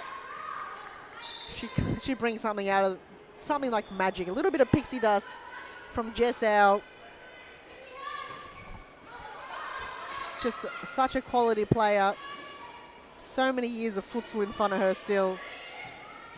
Not slowing down in any case there. Jessica Au was the player of the month in last month.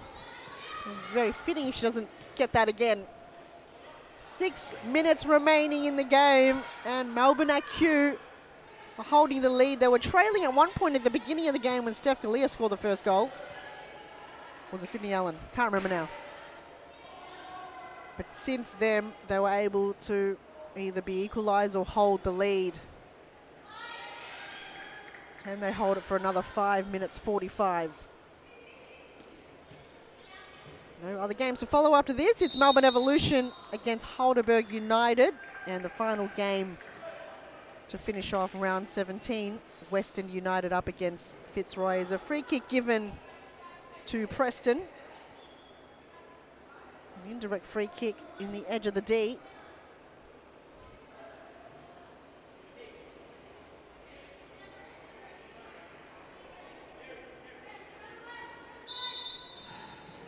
Steph Galea, saved by Rebecca Yee. And a follow-up from Sydney Allen. The ball goes wide. Here's Ambo to Hubig. Back to Mammy Ambo. Chooses the corridor option. Very weird technique coming from Olsen. Preston were able to mop up. Jessau applying pressure against Sydney Allen. But it's still a Preston ball right in front of your screen here. Steph Galea goes back to Louisa Verratti. Looking to go wide towards Sienna.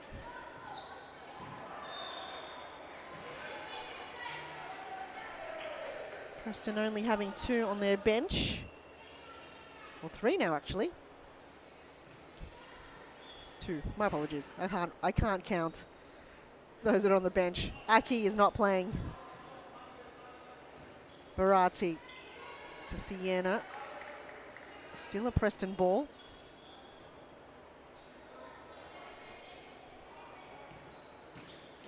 Pass intercepted. Ambo straight into Sydney Allen. She'll feel the brunt of that. Got to move on quickly though, Allen. To Sienna. Al stole it. How many times have Jessau have stolen the ball in that fashion? Just reads the play. And just finds a way to steal the ball off you. Oh, that was brilliant coming from Sydney Allen. If only that resulted in a goal. That was beautiful. It was just through the legs.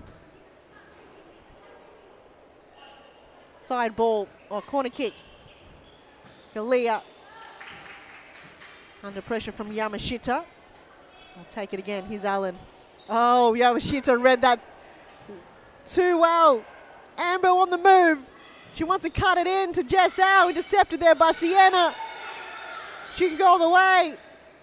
Back to Verratti, mocks up. And Jessau again was able just to collect the possession off her opponent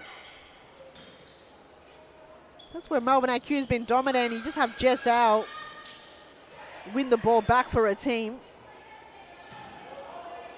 Here's Verratti. Oh, ball's been turned over. Callan Knight decided to pass it back towards Jessau. Very late decision making. And Preston will bring in the side ball. Here's Allen. Always got two players on her at all times, Sydney Allen.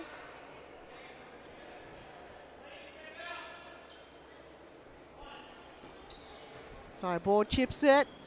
Edge of the D, Sienna was the target.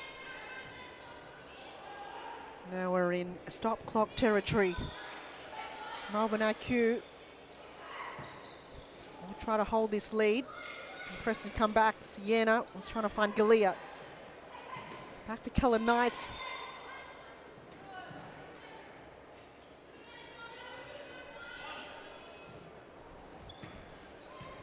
Ambo looking to find Yamashita.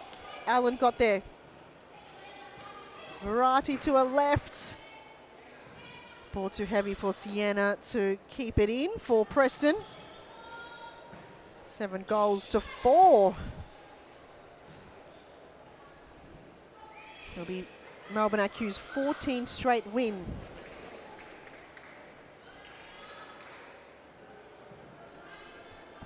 As they go up against Fitzroy in next round's fixture. Be quite a late game, a 10 p.m. game for Melbourne IQ. Fitzroy will face off against Western United in the last game. So 2 back-to-back late games for Fitzroy.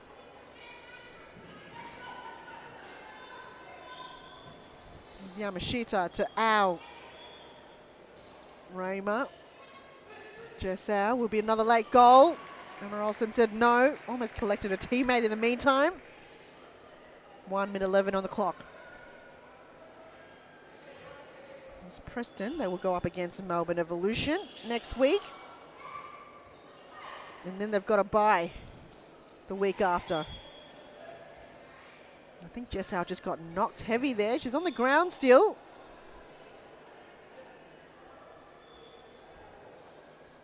She might be holding on to her knee. Oh, she is limping off the court and asking for a sub. I didn't see exactly the collision there.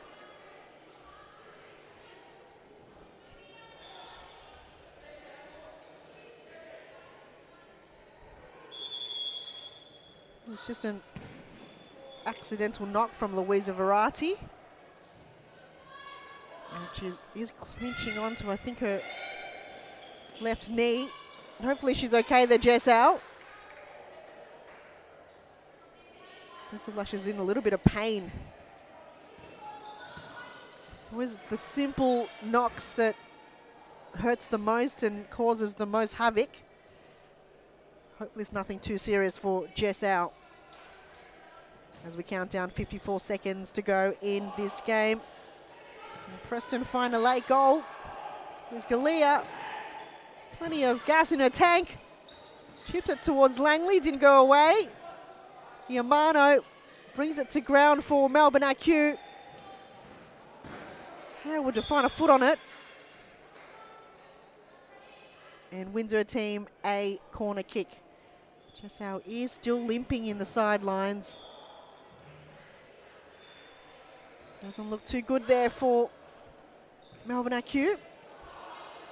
Hopefully it's nothing severe. Allen looks to turn. Yamashita got in the way. 25 seconds to go. Melbourne IQ dominating here in the second half.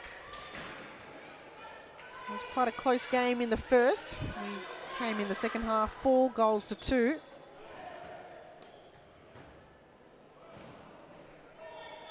And Melbourne IQ will add 7 goals to their tally. They started off the round with 100 goals. And they'll add another one to the tally. Yamashita making it 8 for Melbourne IQ. The set pieces, we've seen them execute so well in this game. The cutback, unstoppable. Reima obviously got it first. The crumbs was collected there by Yamashita. It's hard to stop balls with that force in that manner. And Sydney Allen was like trying to find a late one, but there's a final whistle. A standout performance coming from Melbourne IQ. 14 straight wins in a row. Preston up to the challenge, but wasn't able to find a way back in the end. Melbourne IQ finishing off 8 goals to Preston 4, and we have Heidelberg up against Melbourne Evolution in Game 3 of Round 17. We'll see you then. Or football or basketball or tennis, it's only a game, so they have to enjoy. If they don't enjoy the game, they don't improve. No, they know that we know as coaches that every day is good for improve your level. So you have to work hard every day. It's detail. It's important for improve your career.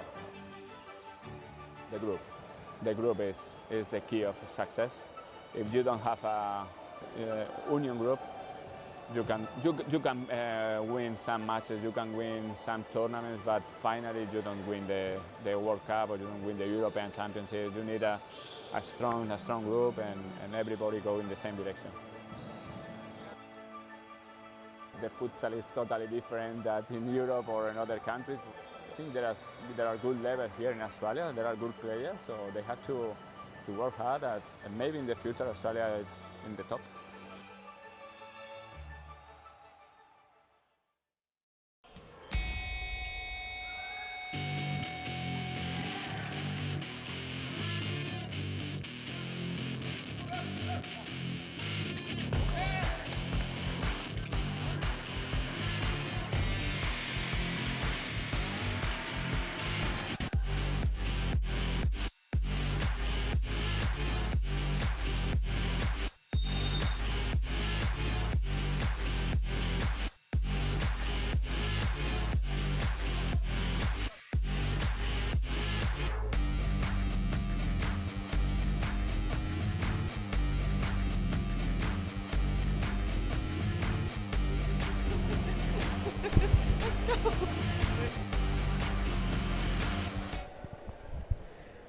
Welcome everyone, I'm here with the lovely Elise Cullen Knight from Melbourne IQ. Welcome to Serious Futsal, what a performance, it's the second game in, what a game. Yeah, it's been awesome. Second game in, I think I've learnt the rules, but it's a new game for me. I'm having a lot of fun though.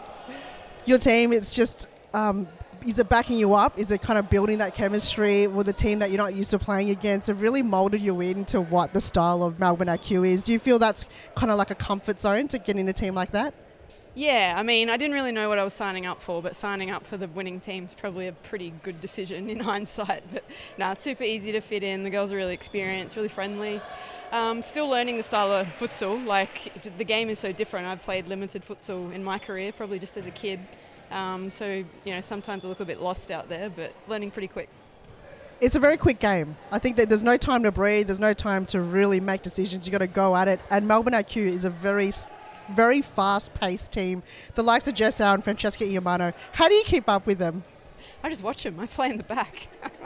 Just, you guys go, have fun. No, it's definitely a fast game. Like, even as an outdoor soccer player, my favourite thing was playing 4v4s. So, getting the opportunity to play futsal, it's a dream. When I played as a kid, you could play it back to the keeper. So I'm still trying my best to remember not to kick it back to the keeper. So waiting for my first mistake to do that. But 4v4s is where it's at. So much fun. You've done well to not actually pass it back to the keeper, so congratulations on that. A lot of people forget that that's a mistake that you do. Now, coming in against Preston, it was quite a challenge in the first half to kind of get that, momentum going. What kind of changed it around the second half? Great question. I have to think and analyse the game now. I think they pushed in the second half, actually. It was quite tight. It was 1-1 in the second half for a long time, and then they came up 2-1 in the second half. And we lost a little bit of momentum, but then we just solidly finished off the game. We've just got quality players, making heaps of subs.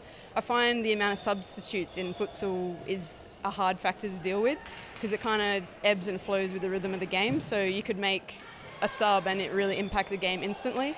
So I'm still getting used to that. So I think that has a bigger impact than what I anticipated it having. But I think, I don't know. I think we were pretty solid throughout the game, to be honest.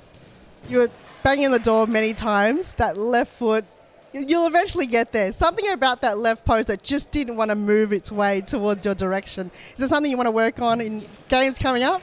Yeah, I'm trying to work out how to kick the friggin' ball. It's so different to an outside soccer ball. So obviously I have to learn the new striking technique, so you don't want much backlift.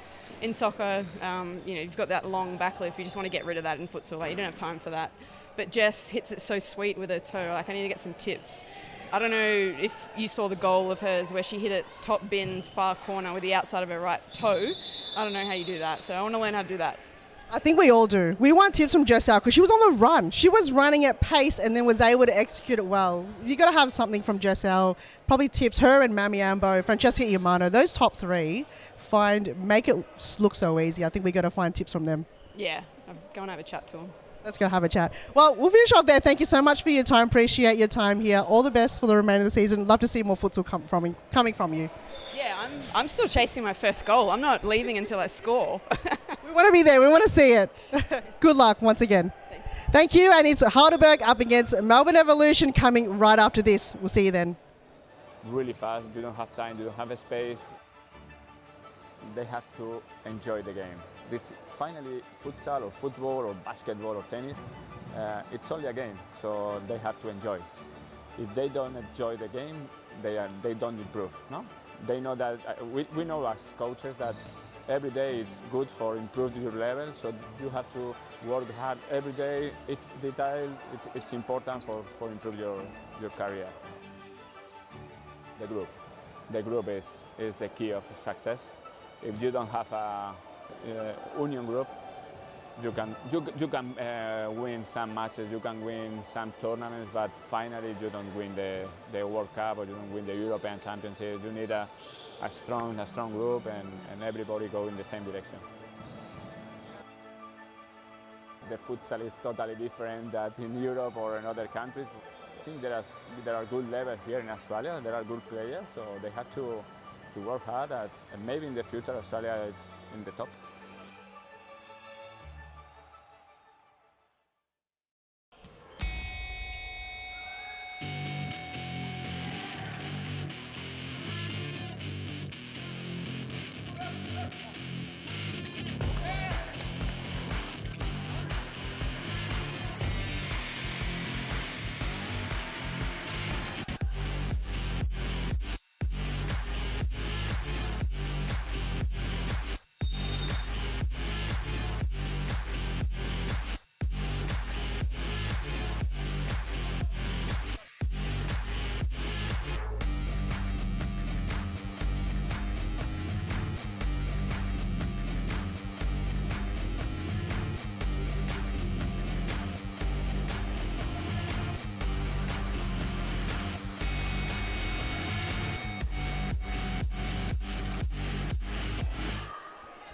Welcome back, everyone. It is Game 3, Round 17 action, Series Futsal Victoria Women's 2024.2 competition. Heidelberg United up against Melbourne Evolution.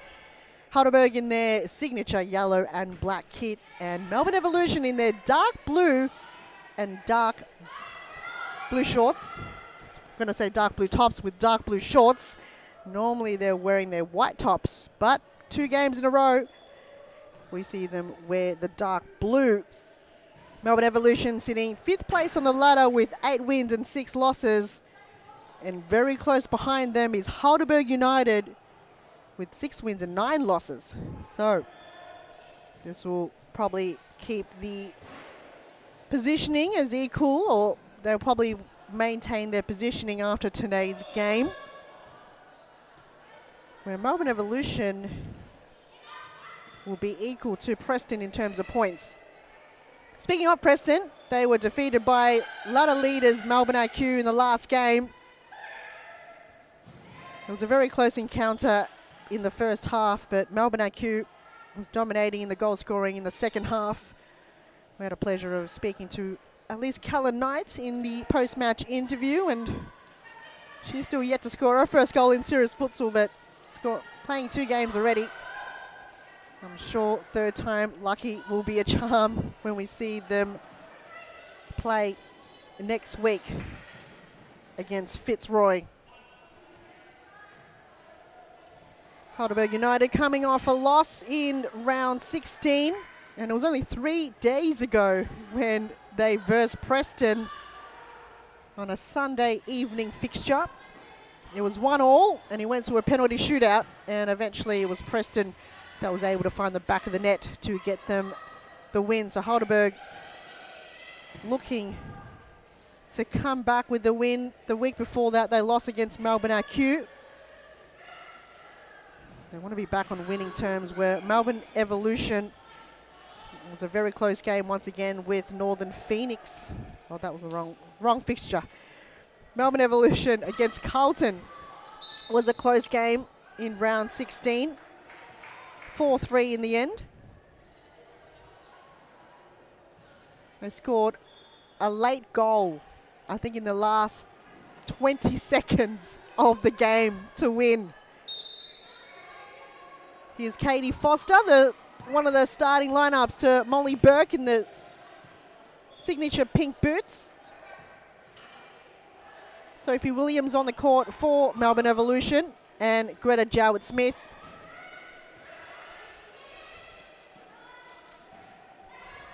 I'll confirm the goalkeeper for you momentarily. I'll go down the squad for Heidelberg United. Katrina Salakidis on the court for Heidelberg. Number 36, Maddie Campbell. We have Mariella Begang, number 17, and Anna Duong, number 4. In goals, a shot stopper, human headliner Paige Daly in the all-black kit. And Heidelberg kicking from left to right of your screen. Melbourne Evolution kicking from right to left of your screen. The deadlock still hasn't been broken, as Molly Burke looking to gain the ball on the left side.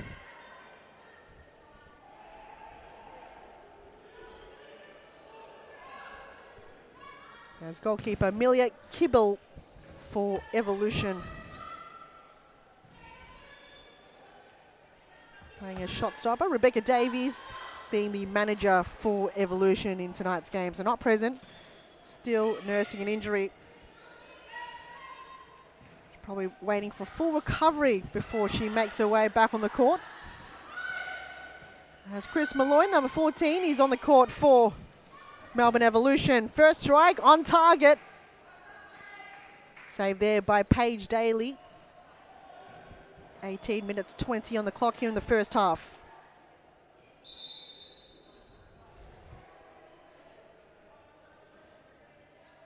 Corner kick for Evolution. Katie Foster to bring it in. Goes back to Malloy. Foster. And Molly Burke was the target. If he's just joined us, the first game of this round, Eastern FC versus Northern Phoenix, and Eastern FC, spoiler alert, winning their third game of the season. They were able to defeat Fitzroy, Carlton, and now Northern Phoenix. That's a huge win for them. Here's Salakidis to Campbell. The deadlock's been broken. Heidelberg United get their first. They're ecstatic, and the fans are loving it. Heidelberg United fans cheering their team on. Salakidis had the first touch, but Maddie Campbell was able to finish it off.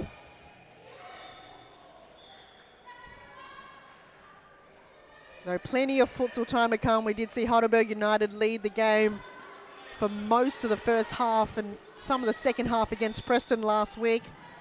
And Preston was able to find the equaliser, went to a penalty shootout and won it in the end. So they have to stay composed and focus on the game as, Kibble firing it from all the way back. Someone's going to apply the pressure there against the keeper. You can't allow those type of shots to be taken from that distance, especially if it's on target.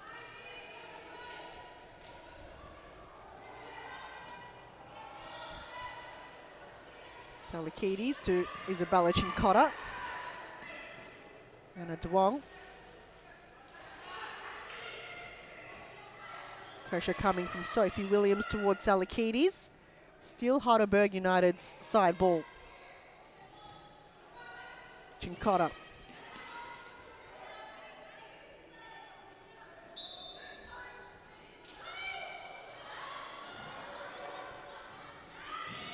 Here's Williams.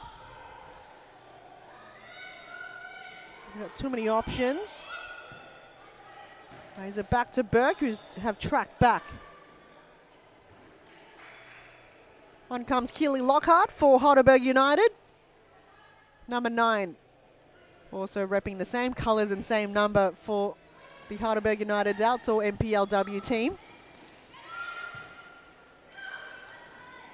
Here's Niamh Kearney coming off the bench, but Lockhart stole the ball off her. Burke. Keely Lockhart's been surrounded by Melbourne Evolution players. Wins a team a side ball. And the ball didn't leave the court, right on the line. And Michael Ciaras have been on the whistle the entire night. If that ball isn't leaving the court on a side ball directly on the line, you'll get punished and the ball will turn over to the other team. Here's Malloy. Couldn't pass Keely Lockhart. Lays it back to Burke. And cleared away there by Kat Salakides. Shout out to Moe Fatea. Thank you so much for joining the stream all night long. Thank you for your support. Supporting the women's competition and giving us all the updates on Melbourne Evolution. I can't wait to see you back coaching the Evolution squad. There's Chincotta. There's Liana Fatinos on the court for Heidelberg United. They've got a full squad this evening. De Wong trying to battle herself out, wins possession. Lockhart, though, wasn't able to win the ball back. Here's Williams. Goes to her right, to Malloy. Back to Williams. Chips it over towards Kearney. A yellow card's been given, though. Don't know who Michael Ciaras is pointing towards. Not entirely sure what that was for. Here's Fatinos. Going in her left. Ball is still kept alive, but cleared away by Niamh Kearney. And a corner kick will be brought in by Fatinos. Chincotta looks to centre the ball towards Keely Lockhart. 13 minutes 20 on the clock, first half. And Heidelberg have got themselves on the scoreboard early. From Maddie Campbell. Niamh Kearney taking more time than required. 4 seconds is all you're allowed, and referee will start counting the moment you've got possession of the ball. Michael Ciaras normally counts up to 3, so you probably got 3 seconds more than anything if Michael Ciaras is on this end of the court. Malloy, Williams, they'll build up the play. Melbourne Evolution, Kearney. Final touch there from Isabella Chincotta. That's what matters the most.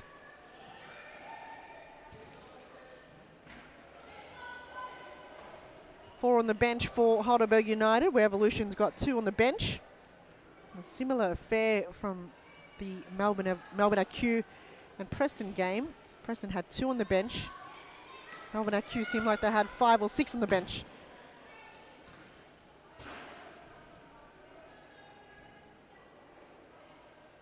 Don't know what would work better. Do you have teams that are on the court for majority of the game and then run out of steam? Perhaps, I'm not too sure. But Melbourne AQ won it in the end, so it could be more on the bench the better.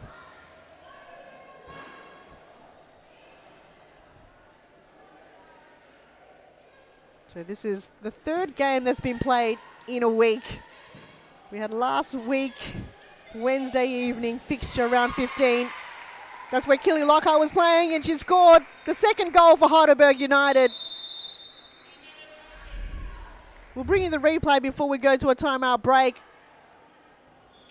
Just timed that well to the left side. Knew the keeper wasn't ready, had the vision impaired by her teammate and was able to capitalise on the opportunity. As we go to a timeout break, plenty to come right after this.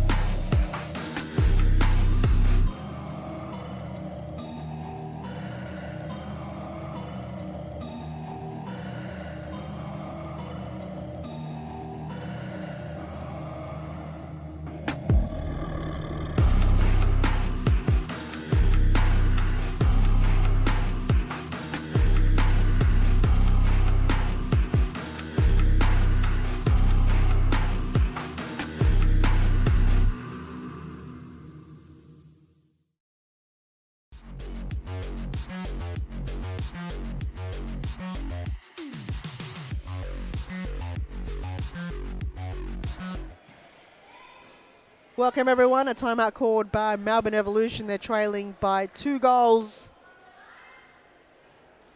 What was said in the timeout break, I wish I knew. But if I was Beck Davies, I would say probably focus on your structure, probably execute your counter-attacks a lot better, and not let any of the balls go loose. Maintain the possession as much as they can. They build up the play, but then the final execution of the final third seems just a little bit lacking. The pressures there in the defensive half for Evolution have been on point, but there have been times where Heidelberg United have able to break down the defence. But I could be completely wrong. Mo Fateh, you're listening in. What do you think was said in the huddle for Melbourne Evolution? The forward pressure's just been immense here for Heidelberg United. They've been able to work on that in the 3-day break they had. I know they do have training sessions on a Monday evening. Something that could be worked on straight away from Sunday evening's game can work straight on Monday. Long throw from Paige Daly towards Lockhart. Looking to header it in. Those balls are heavy and they're hard, and if you throw it so high, gee, you might have a headache. She subbed herself off there, Killy Lockhart.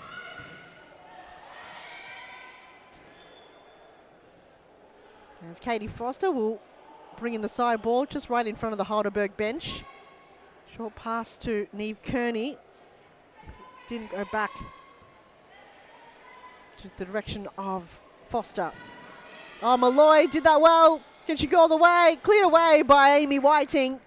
Her first touch of the game as she comes on the court off the bench for Heidelberg United.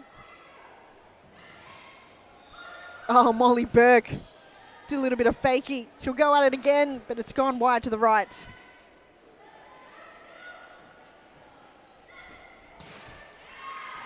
Here's Fotinos. Under pressure there by Neve Kearney. What a terrific game she's played so far.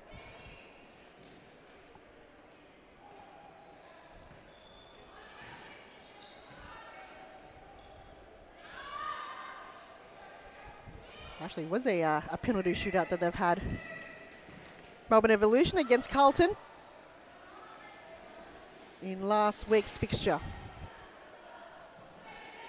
8 minutes 10 on the clock. Heidelberg United holding their lead, 2-0. Long throw again from Paige Daly. It's landed, and Chris Malloy didn't want to concede a corner kick. So a side ball for Heidelberg United. Campbell to Whiting. De Wong will mop up, back to Whiting. And eventually, Liana Fotinos was on the wrong footing on that occasion. Here's De Wong to Campbell. Lay it back to Amy Whiting. The only goal scorer in last week's game against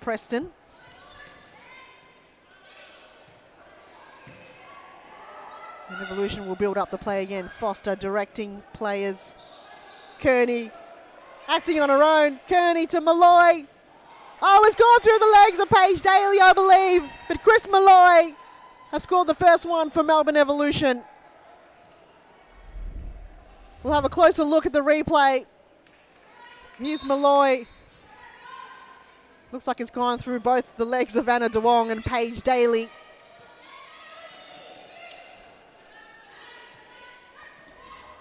A very close game. They were trailing by 2. And finally found their first goal. Here's Begang against Foster. DeWong goes to Campbell. It's gone wide to the left.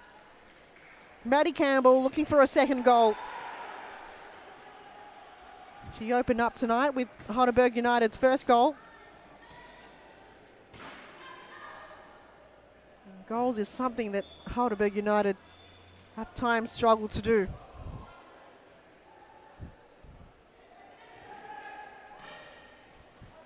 Able to score 43 goals. No, 43, but have conceded 53 goals. Melbourne Evolution have scored 48. But then, moving on from that, Preston have scored 59. Melbourne IQ have scored 108 goals. Wow. After 15 rounds, 108 goals. I don't even know what the average goal per game would be. That would be 7 goal average for Melbourne IQ per game. Wow. Here's Begang. Campbell couldn't bring it to ground and cleared away by Katie Foster. 5 minutes 10 on the clock in the half. And Heidelberg United holding on to the lead by 1 goal. Campbell will hold it. Goes wide to Amy Whiting. Plays it back to Salakidis. Paige Daly will come and mop it up. And reset the ball from all the way back. Begang. Goes to her left to Campbell. She wants to turn. Keeping possession here for Heidelberg United. Bit of a risky move in front of the face of goal. And Telekidis, too much forward pressure coming from Evolution. Had to clear it away.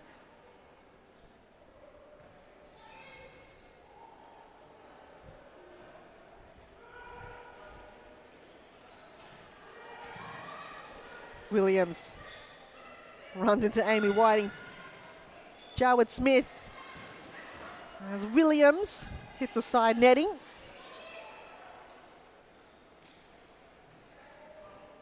Begang. Salakidis. Handball not called. Play resumes. Whiting to Campbell.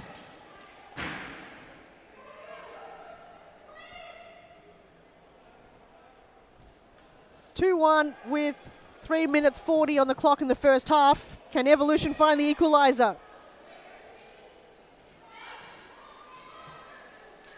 Burke. Couldn't find Jarwood Smith. Heidelberg United wins the ball back. Chip over from Amy Whiting towards Campbell. Foster through the centre of the court. Plays it towards Jarwood Smith, but a little bit of an awkward run from Jarwood Smith. Paige Daly chips it. This time round didn't hit the roof. That ball too heavy for Amy Whiting to reach.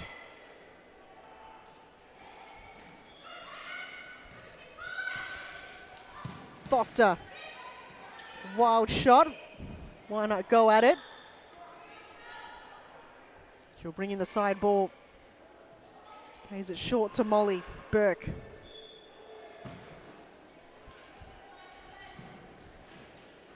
Amelia Kibel. Haven't had too much of the ball. Long throw from Paige Daly towards the fish. Amy Whiting, Molly Burke got there first. Katie Foster finished it off with another header, but it's gone out of bounds. 2 minutes 15, Heidelberg United holding the lead. Can Evolution find an equaliser coming into the halftime break? That will be quite rewarding. Very even battle in this round.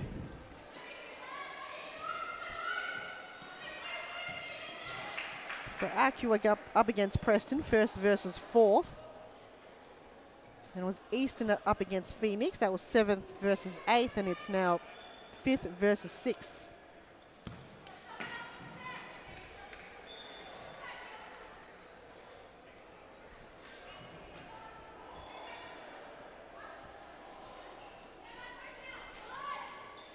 And Fitzroy will go up against Western United. So that will be quite a close game as well.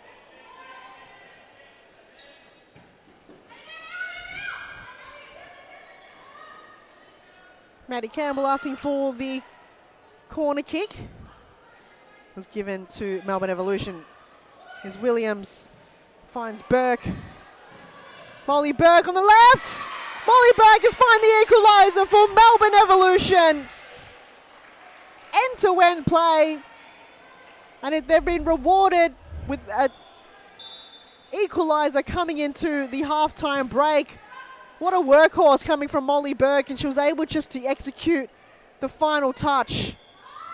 Paige Daly was out of her line and didn't protect the far post. Molly Burke putting everything she's got, digging deep in front of goal.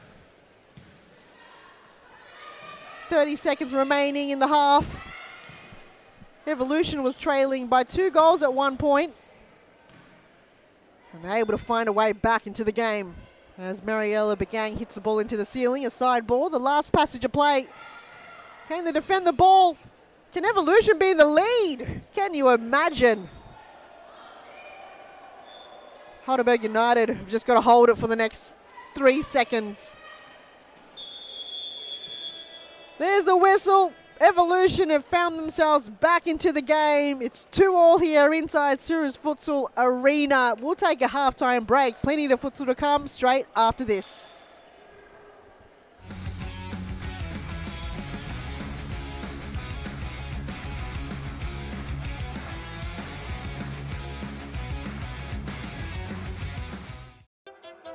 I grew up with low self-esteem. It was me and my mama, just us in the trauma. Hands up if you know what I mean. I see you, I feel you. I want you to know that you're not alone. I know what it's like not to have a home. Feel like I live in the end zone. I'm the one leading the drives. The crew riding round in a benzo. Red I'm in charge of my own fate. Left the excuses behind. Now I'm the illest violinist alive. I took the pain and I thrive. But look at me now.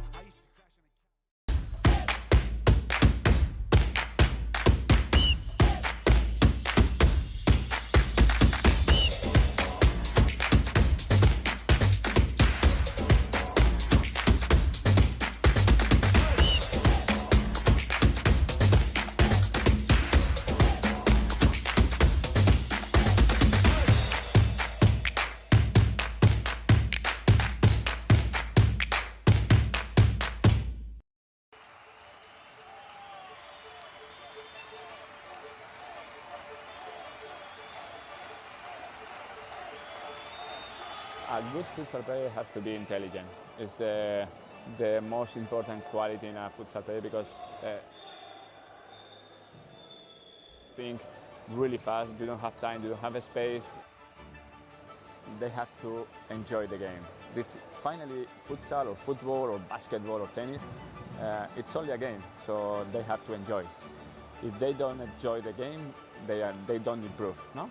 They know that we know as coaches that every day is good for improving your level, so you have to work hard every day. It's detail, it's important for improve your career. The group is the key of success. If you don't have a union group, you can win some matches, you can win some tournaments, but finally you don't win the World Cup or you don't win the European Championship. You need a strong group and everybody go in the same direction. The futsal is totally different than in Europe or in other countries. I think there are good levels here in Australia. There are good players, so they have to work hard. And maybe in the future Australia is in the top.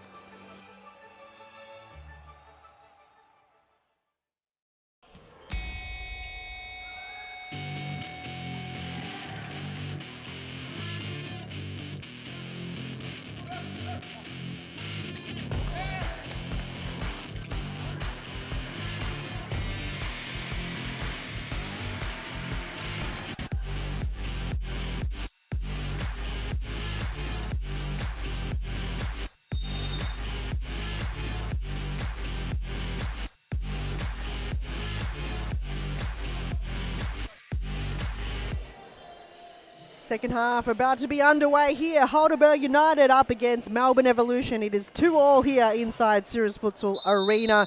My name is Han Solo. Thank you so much for your company. Wherever you're watching in Australia, all around the world, what an action-packed round 17 it has been here on a Wednesday evening. Third game in a week. We did have round 15 last week on Wednesday. And then on Sunday evening, the first ever round to be played on a Sunday. And it's been 3 days since the last game, so very short rest time for these players. So very close encounter. Heidelberg United was able to lead by 2 goals in the first moments of the game. First scored by Maddie Campbell. And Kelly Lockhart joined the party. And the response from Melbourne Evolution. They always find a way back, Evolution. Chris Malloy scored the first one for Evo, and Molly Burke was able to find the equaliser with the final minute to go in the first half. Well, lots to be tweaked in the halftime break. For Heidelberg United, they are missing Costa, their coach this evening.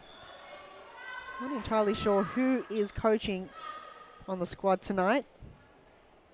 This information hasn't reached the commentary box, where Rebecca Davies is the coach and manager for Evolution in lieu of Moe Fatea. But Moe said, guarantee they'll be back next week from his staycation. So I can't wait to see you back, Moe. Leading on the Evolution squad, and according to the Cultured Finish, who we haven't seen on social media for quite some time, been missing in action, thinks that I'm the coach for Heidelberg United. Not entirely sure how or what, since I'm up here in the commentary box. But appreciate your support wherever you're watching. And if you just joined in, we saw Eastern FC defeated Northern Phoenix, their 3rd game of the season. Melbourne IQ were victors over Preston in the 2nd game, 9-4 in the end. This game still anyone's game with 20 minutes and a half to go, and the final game to close up this round will be Fitzroy versus Western United. Carlton Hart will have the bye round this evening. So they're not playing. They get to have a week and a half rest. It's quite a long time. Now up against Melbourne Evolution on Sunday evening. A very close game for Carlton. They did ever get their first win of the season against Preston 2 rounds ago.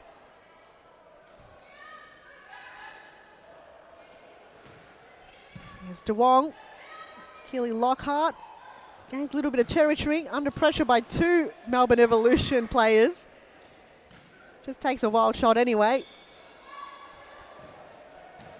DeWong intercepted that ball. Couldn't keep the ball in for Heidelberg United, as Evolution will bring it in the far end of the court, right in front of the stands. Here's Kearney. Lays it back to Williams. Finds Malloy. Kearney got a touch on it. And eventually Heidelberg United will bring in the side ball.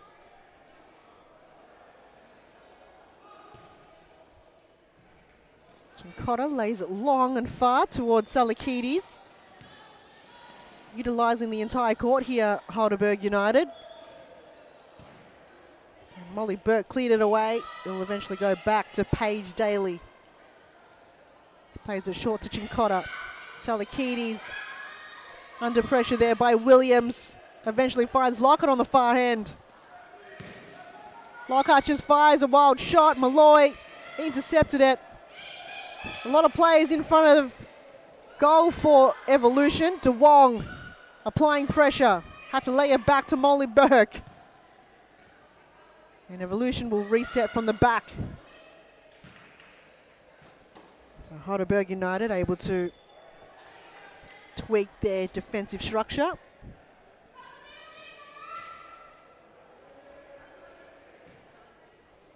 They did concede 2 goals though.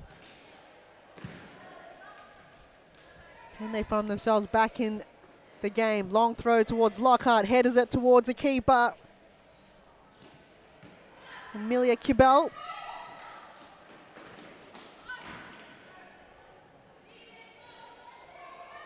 In lieu of Danielle Bradley, and we saw Sammy D last Wednesday evening. Here's Malloy to Burke. Ball is still juggling itself in the air. Hasn't gone to ground yet. Kearney have done that. Lockhart. Still live, the ball. Oh, the last touch. Fontenos on her left. Just an awkward positioning that she's got there, but Lockhart did all the work to keep the ball into play. And Evolution will build up the play again. Here's Jowett Smith. Fontenos trying to rectify her mistake. Here's Lockhart again. She might go it alone. She does. Saved by the keeper and cleared away there by Molly Burke. 17 minutes on the clock. Still 2-2.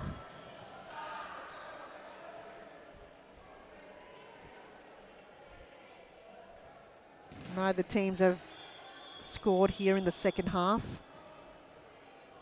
They've been banging on the door. Lockhart misses it completely though.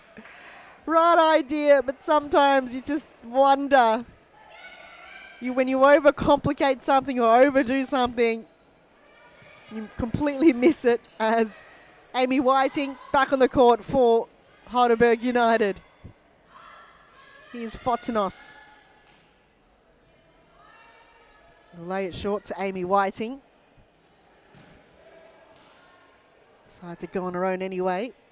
Easy gobble from the keeper, Kibel. Molly Burke looking for someone to run down the right side. No one on the same page on that occasion. Long throw from Paige Daly towards Amy Whiting. Last touch by Molly Burke.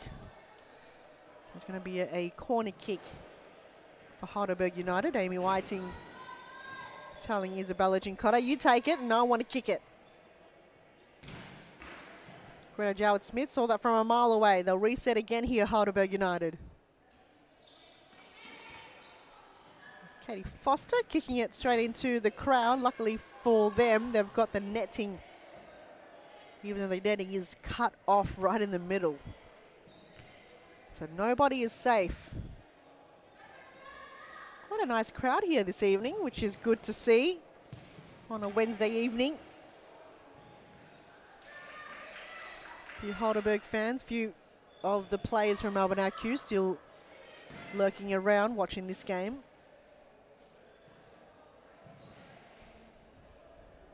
Few of the family members for Heidelberg United. Amanda Whiting always in the crowd, and Marlon supporting Mariella Begang, also always watching women's futsal. The dedication and support from a lot of these fans and support from family members. Should come down and watch and support the women's here on Wednesday. Here's Chincotta. Finds Amy Whiting. Held the ball though, looking for a bit of artillery. Devon comes to help her out. Ball goes centrally, but Malloy was there Getting shepherded by Isabella Chincotta. De Wong to Begang. Chips it inside the D. Molly Burke comes to collect. Second attempt here for Molly Burke. It's Fotsanos. Wants to keep it in. Molly Burke just takes a wild shot from range. Quick throw from Paige Daly, asking too much from her teammate Amy Whiting.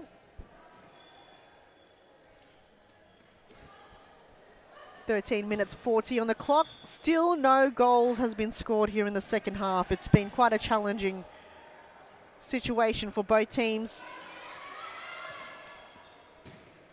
Here's Greta Jowett-Smith. It's hit the post.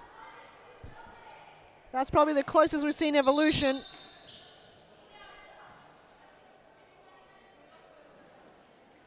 Williams thought it was her ball, even though it was last touched by Evolution. She probably thought Paige Daly must have touched it last.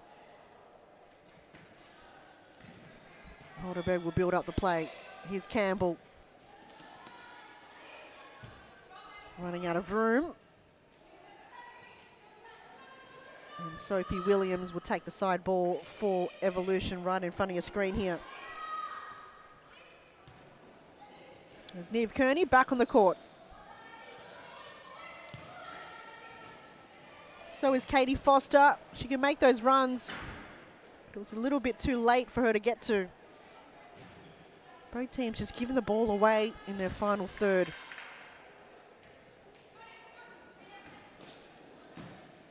Paige Daly through the center of the court. Bit of a risky move. Here's Burke to Kearney. Back to Williams. Takes a wild shot. Stopped there by Paige Daly. Heidelberg United under a little bit of pressure there, Mariella Begang. Struggling through the center of the court for both teams. They're unable just to find a way through the center. It's proving a little bit of difficulty. It's just if you go for the long throws, you lose the ball. If you go short, you're finding it tricky to find. This is a bit more open space, but Fotsanos almost left the ball behind. Campbell turns. Not much power behind that final strike that she's got there. Here's Williams. We'll lay it back to Burke.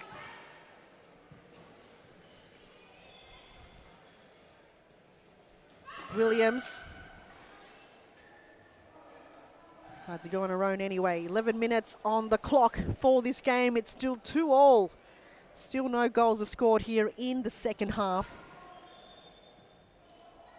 We'll go to a penalty shootout. We saw both of these teams in last Wednesday's round 15, both go to a penalty. Will it be a similar affair? Both teams, hopefully not. There's Campbell! She gets her second from assist from Paige Daly. Actually, was it Campbell? He was just celebrating, loving it. Don't think that's the right replay that we've got. But a timeout had been called. We'll try to get you the replay after the timeout break. We'll see you soon.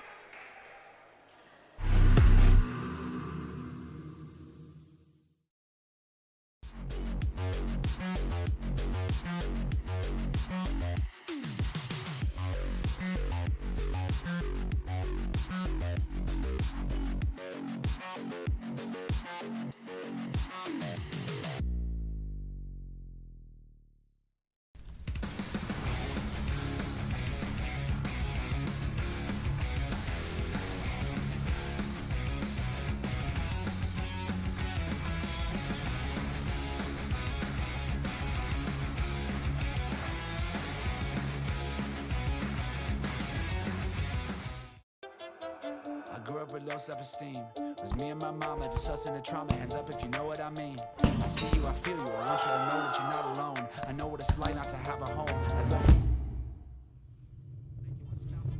audible. Feel like I live in the end zone. I'm the one leading the drives. The crew riding around in a benzo. 10 minutes 20 on the clock, and Heidelberg United are back in the lead. From a long throw from Paige Daly towards Maddie Campbell, she was able to head of the ball with precision and execution. Can Evolution respond? They have done so already with 2 unanswered goals to get them equal. Heidelberg United was able to find the first goal in the second half. Can they maintain this lead? It's been such a challenge in the past couple of rounds for Heidelberg United. Losing against Preston in the last game, and then Melbourne IQ the game before that. It was a very close game against Carlton Hart.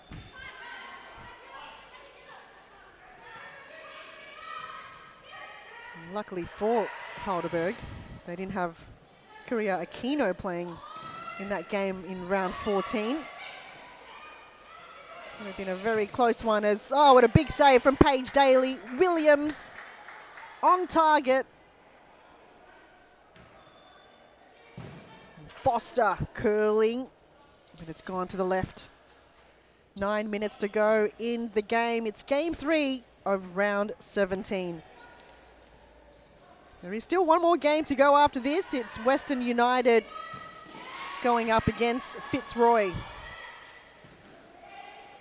And that will close up round 17. The first 2 games were quite an entertaining one. Eastern FC winning their 3rd game against Northern Phoenix, scoring 9 goals to 4.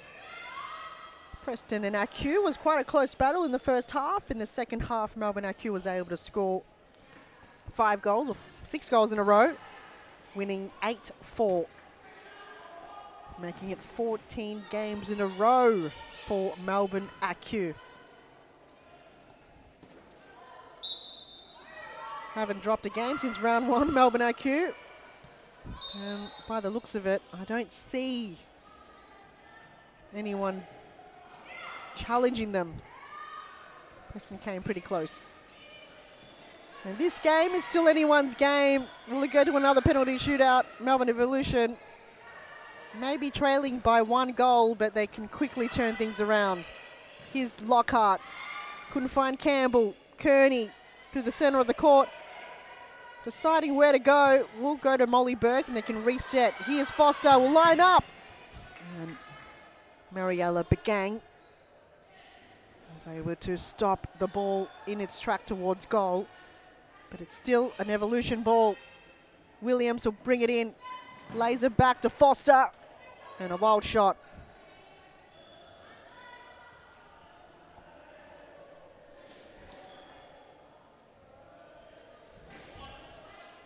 Paige Daly finds Campbell on her left. Overlapping run. Final touch from Begang wasn't the best that we've seen. Here's Williams. Had to ask Paige Daly to go on her knees.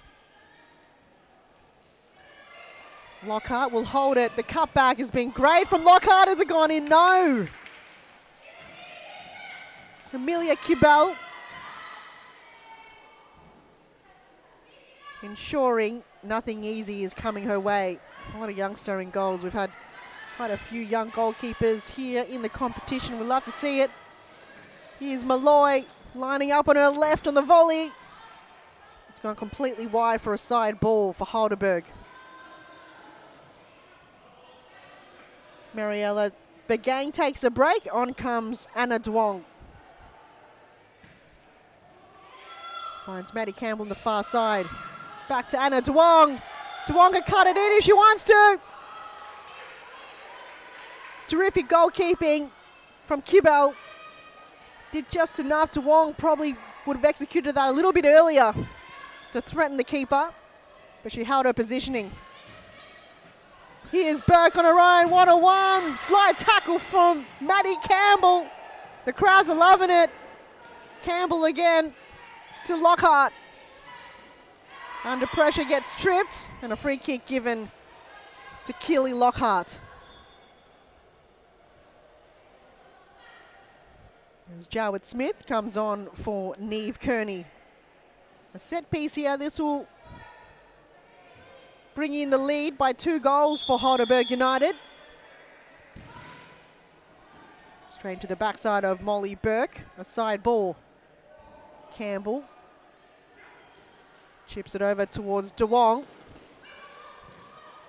Back to Lockhart. Couldn't find a way through towards Molly Burke. Here's Campbell. We've already scored 2 goals tonight. Can she find a hat-trick? Campbell, I don't know how many of the players of her teammates she's asked, but if she scores a hat-trick, we'll have to buy her some new futsal boots. Is tonight the night? Oh, the ball veered its way out of danger. But Jowett Smith in front of goal. It may have just touched the fingertips of Paige Daly. Going for the dive. Here's Malloy to Burke. Chips it towards Williams. Campbell had to clear it away. But yeah, Maddie Campbell, if she can score a hat-trick tonight, some new futsal boots might be coming your way. Here's Williams. It's hit Jowett Smith and the post. Heidelberg United using one of their 9 lives. 2 chances in front of goal for Revolution, and Jowett Smith on 2 of those opportunities. Here's Lockhart bringing in the corner kick. 3 minutes 46 to go. It's still anyone's game. Heidelberg United always keeping us on our toes at all times. Always biting our fingernails. I don't have any fingernails left to bite every time I see Heidelberg United play. Jowett Smith may have touched it last. It's going to be a keeper throw-in. It's crunch time. On the volley there. Oh, it's gone in! Isabella Cincotta being very creative with Keely Lockhart. It's 4-2. She did exactly what Francesca Iomano did for Melbourne IQ, is just be a one-way freight train in front of goal. And it was her, Keely Lockhart, that created a little bit of magic here for Heidelberg United. 2 minutes 40. But we've seen Melbourne Evolution come back. Can they dig deep now? This is crunch time. They just have to give it all. Give it 110%. They could find the next goal, and it's going to be stop clock territory. Anything can happen. Here's Molly Burke. She'll hold it. She'll ask for a bit of artillery from her teammates. She may have overrun that one. 2 minutes on the clock, and it's still anyone's game. You think Heidelberg might have it in the bag, but we thought that too last week against Carlton. Melbourne Evolution was able to find the equaliser for a penalty shootout. Cincotta, whoa! Right in the face of the goal. Last touch by Amelia Kubel. Corner kick, Lockhart.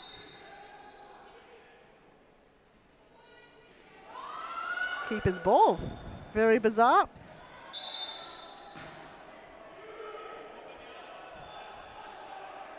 Kubel forgetting the rules. Footy kicks it. Throws to Katie Foster. Looks better. Williams maintaining possession to Burke.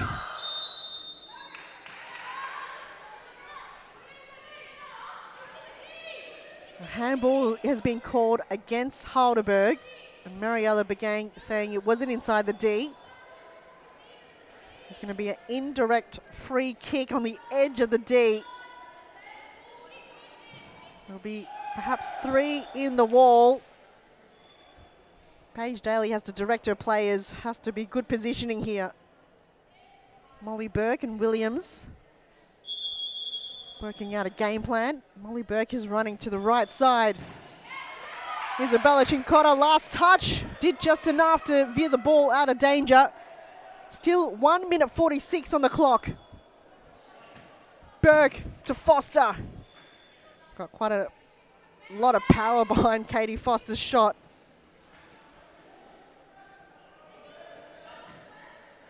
Here's Paige Daly, long throw. Oh, was it last touched? No, says the referee. I thought it may have been last touched by Amy Whiting. 1 minute 35 on the clock. Here's Malloy. The overlapping run from Katie Foster was going the opposite direction. Gee, how close can he get here? 4 goals to 2. Oh, it almost would have been an own goal from Molly Burke. Corner kick here for Heidelberg United. 1 minute 30 on the clock. Whiting will lay it back to Chincotta. Evolution's got to act now. They've got to act quickly. Time is of the essence. They have to score the next goal, and they have to score it soon.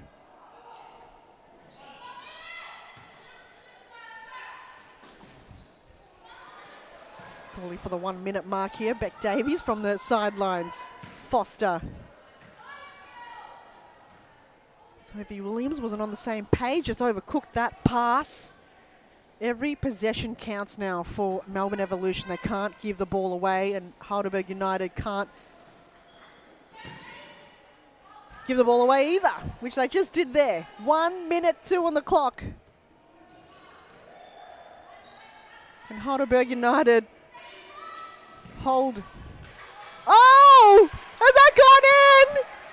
Amelia Kibble keeping Melbourne Evolution alive with 58 seconds to go. From absolutely nowhere, what a screamer. Bam! Unbelievable from the shot stopper of Melbourne Evolution. She's taking it in her own hands, or legs rather, and went, you know what, I'll have a crack at it. I'll see what happens. And before you know it, she'll try that again. And intercepted there by Anna DeWong. I think it's a defensive error coming from Amy Whiting, and Paige Daly probably thought that she had it covered. Bit of miscommunication. 49 seconds. Can Evolution find the equaliser and go to another penalty shootout? But Gang cleared it away. 41 seconds to go. I feel like we're in deja vu mode. Evolution was in a similar situation against Carlton Hart this time last week, and it went to a penalty shootout. Oh, it's nail-biting season. Oh my word. Whiting. Can you believe it? If the goalkeeper, Amelia Kibble, was the one to win it all, but 22 seconds, it just takes one touch. If Heidelberg United can score in this set piece. Oh, it's hit the post from Amy Whiting.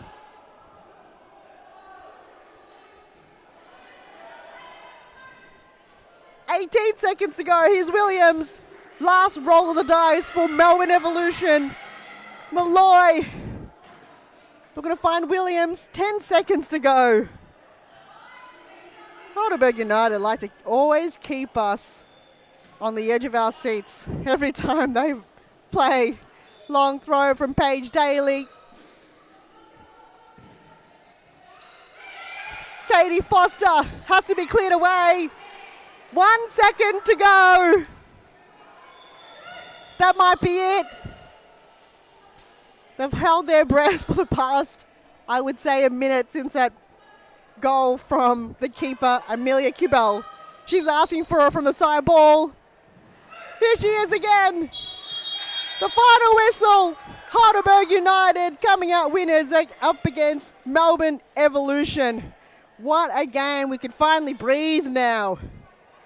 Congratulations to the yellow and black team. Was able to defeat Melbourne Evolution. Final score, 4-3. And coming up, the final game of round 17, it's Western United up against Fitzroy.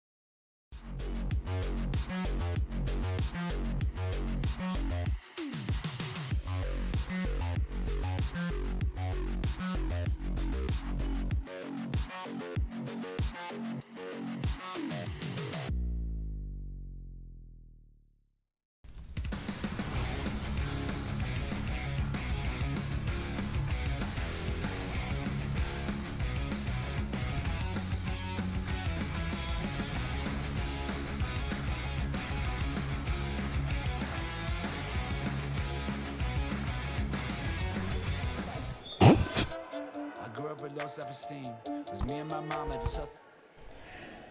Welcome everyone. I'm joined here from Heidelberg United, Maddie Campbell and Kat Telekides.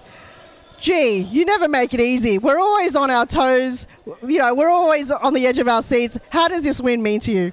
Actually means a fair bit, you know, because last week we lost in pens. It's always a bad way to lose. But training paid off on the Monday. Thought we did really well. So, yeah, it feels good. Costa's going to be proud of us, definitely. He was sick tonight, so Lydia filled in for us. Thanks, Lydia. But, yeah, it was such a great win. It was kind of two back-to-back losses. You know, Melbourne IQ was dominating, and then on Sunday evening, it was, you know, a very close game, penalty shootout against Preston. We thought we had it in the bag. Monday night training, did that help? Is there something about training 2 days before game time really helped you guys? Yeah, I thought it helped, you know, because on Sunday we worked on what we didn't do good and what we could have done better.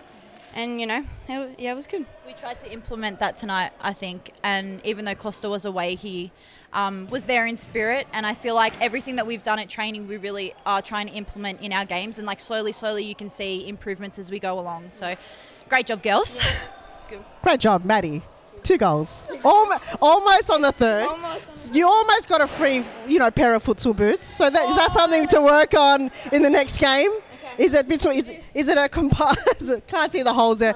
Is it a compiled effort with your teammates? Kind of put in a kind of pool to get you some new boots if you get a hat trick. Look, I haven't said it to them yet. I said it to Kat actually, but you know, Amy and Paige said to me, if I don't score tonight, I'm off the team. So I pulled through.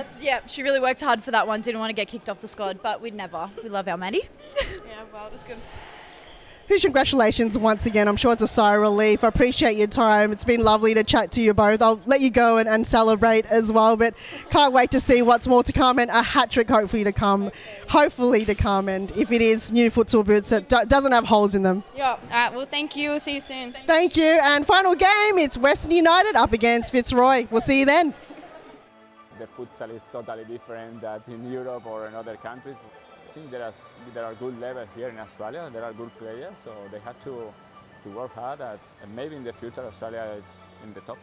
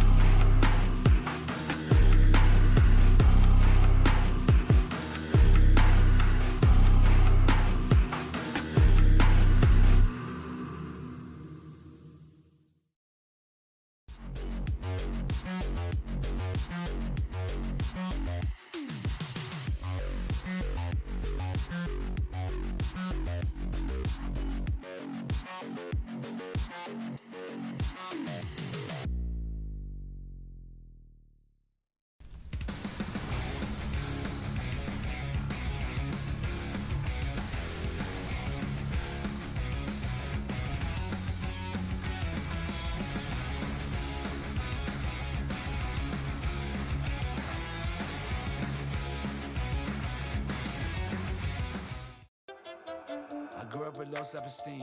Was me and my mama, just us in the trauma. Hands up if you know what I mean. I see you, I feel you. I want you to know that you're not alone. I know what it's like not to have a home.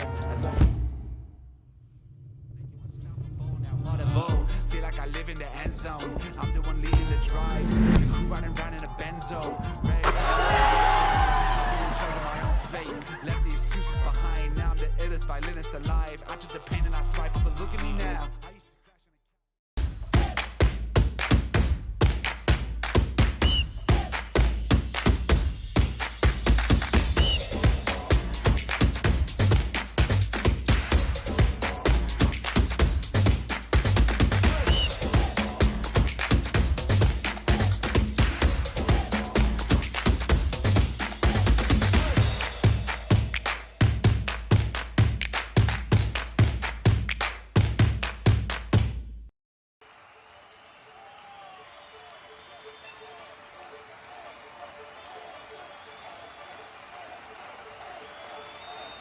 A good futsal player has to be intelligent.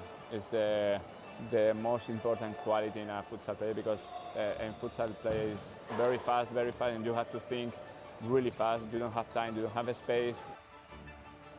They have to enjoy the game. This finally, futsal or football or basketball or tennis, it's only a game, so they have to enjoy.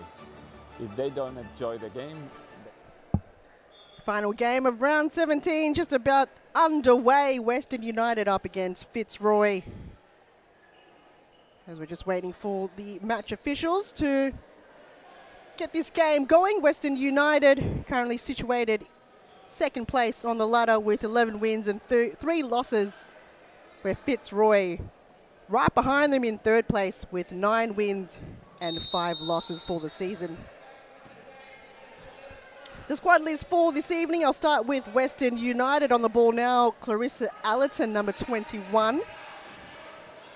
On the right side, Amanda Orahad, number 7. Layla Abdul-Latif, number 10. Balkis Waljaran, number 17. And the shot stopper in the red, number 1, Lara Al-Hayek. For Fitzroy, they're in the all black this evening. Back on their kits, we did see them in the vintage yellow kits on Sunday evening in the last round. In goals, Elizabeth Ayer, number 5, Alicia Rowan. Beck Saber is number 11, and Raquel Duralis, number 15.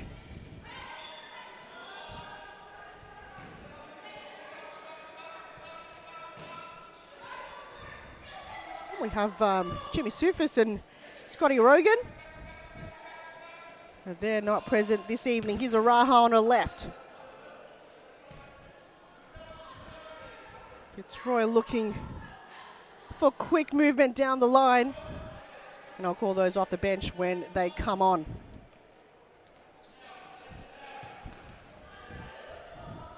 So Fitzroy had a big win last round against Eastern FC. It was 6-0. There's a long throw from Elizabeth Thayer towards Alicia Rowan.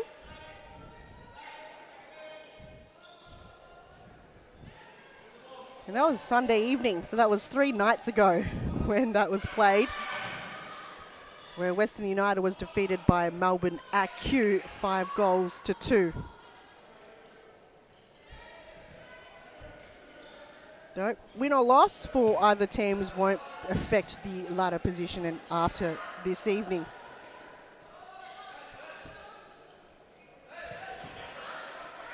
Ball was directed towards Rowan, but intercepted there by Abdul-Latif, and a big save from Lizea. Was able just to keep her positioning and view the ball out of danger. Here's Abdul-Latif again. Had to ask Lizea to outstretch herself once again. Fitzroy have just got to be a little bit more sharp on those presses. When Layla takes a strike, because she can hit it from anywhere. Here's Allerton. She can also hit it from anywhere.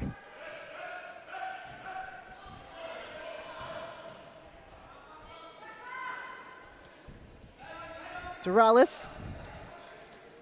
Looking to find Sabre on her left. Araha. Here's a counter attack. Lays it off to Allerton. Ball goes back centrally, but by then, a lot of the Fitzroy players have already tracked back defending the ball. They can build up the play again, Western United. They do that so well. Something they need to focus on. They did struggle a bit with the Aku game.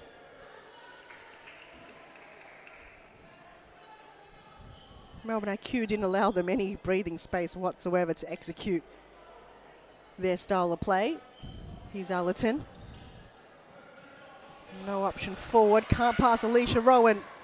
Will lay it off to Araha. Ask for the ball back here. Allerton gets dispossessed by Rowan. Rowan can go all the way. She does. What a terrific counter-attack coming from Fitzroy. Alicia Rowan waited patiently to draw in mistake. Wins a ball for Fitzroy and was able to execute the final touch. Fitzroy's up by 1 goal. You see, that was brilliant. Wasn't minded by the pressure from Allerton and was able to hit the ball. Saw Lara Alhia came out of her line and waited until she made the first move and then made her move. So Fitzroy up by a goal. 18 minutes 45 on the clock in this half. Palmed away there by Lara Al-Hayek. Araha using herself as a ramp. Was pushed though. Beck Saber and Araha. Things are getting heated here already in the early stages of the game. Free kick given to Fitzroy.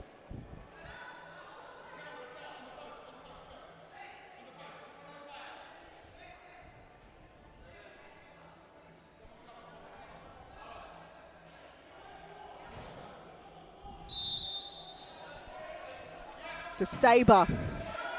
Lara Al-Hayek came way out of her line. Lizea takes a wild shot to the right. Again, thank you so much for everyone tuning in.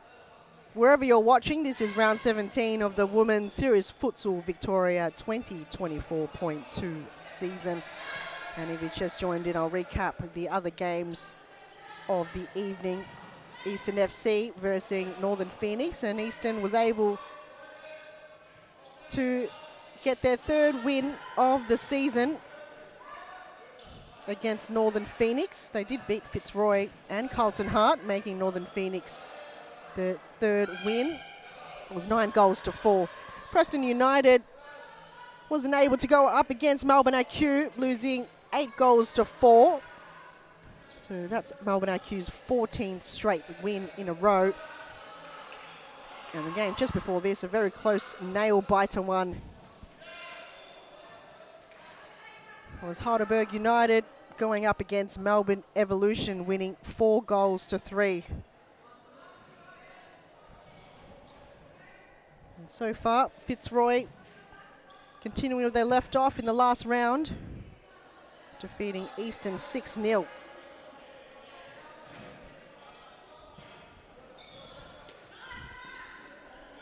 Here's Doralis getting dispossessed there by Jaron. Byrne will get that ball back into a central position. She gets megged in the meantime. Long throw from Lizea. Great grab there coming from Lara Al-Hayek. Coming into the game, you have to really train yourself to intercept the ball from the long throws from Lizea. If you go up against Fitzroy, you have to find a way to not concede from the long throws, especially if Alicia Rowan is playing and playing the target role.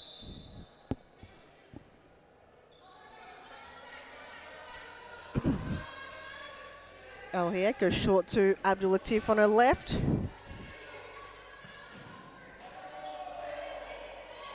Here's Allerton.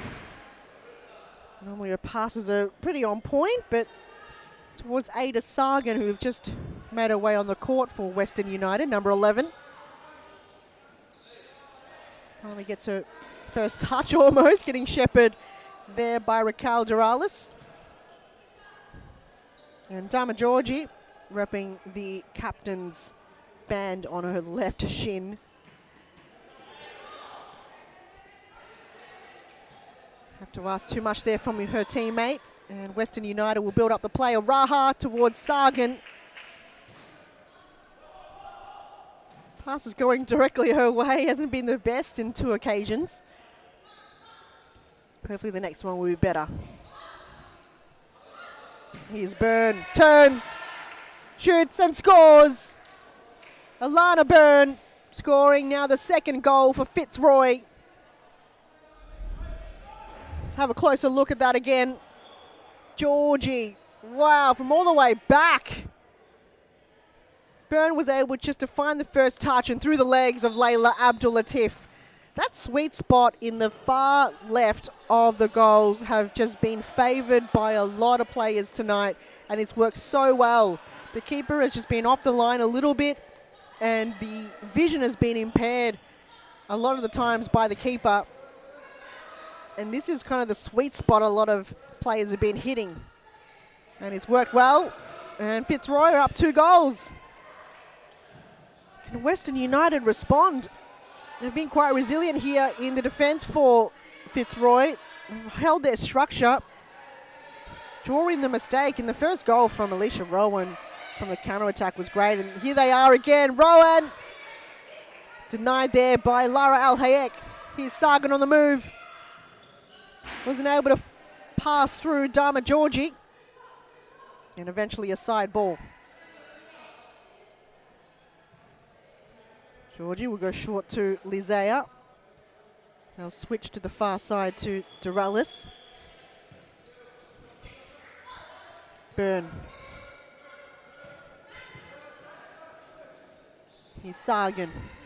Maintaining possession here for Western United. Lay it back to Abdul-Latif. To Sargan. Gets dispossessed there by Duralis.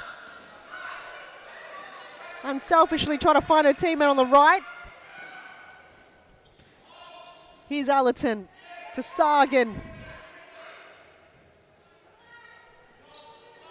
To another teammate, Yaren Sargan on the court here for Western. Looking to take a wild shot on her own. And Allerton back to Yaren Sargan. Alicia Rowan will mop up. Georgie turns. Falls to the ground, and it's a free kick given to Fitzroy. Oh no, side ball. Kicks it straight into Clarissa Allerton, and she quickly moves it on to Sargan. 12 minutes, 13 on the clock in the first half, and a timeout's being called by Western United. We'll take a break, and we'll see you right after this. Don't have a union group. You can win some matches, you can win some tournaments, but finally you don't win the World Cup or you don't win the European Championship. You need a strong group and everybody go in the same direction. The futsal is totally different than in Europe or in other countries. I think there are good levels here in Australia. There are good players, so they have to work hard. And maybe in the future Australia is in the top.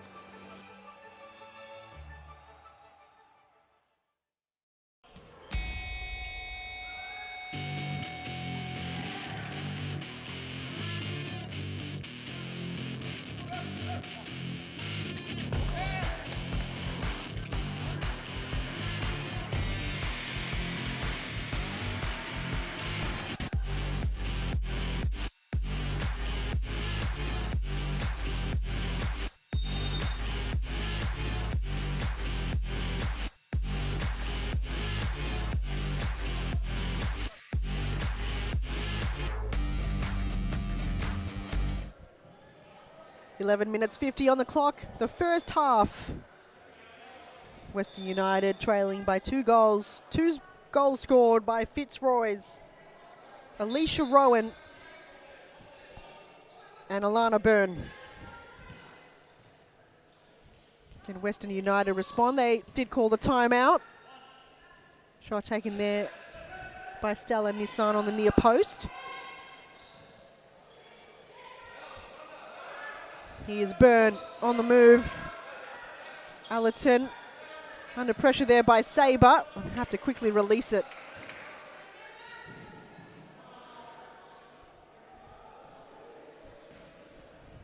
Lizea will quick release it towards Sabre. Didn't get to her, and the counter-attack is on here for Western United. Chance here, straight through the legs of Lizea. She was able to shut that down. We've seen sometimes Lizea will concede from having her legs too wide open, but she's able to perfect her technique. She's like, no one's passing me anymore. Nissan lets it go to Lara Al-Hayek. Allerton. There's a sea of black jumpers in her tracks.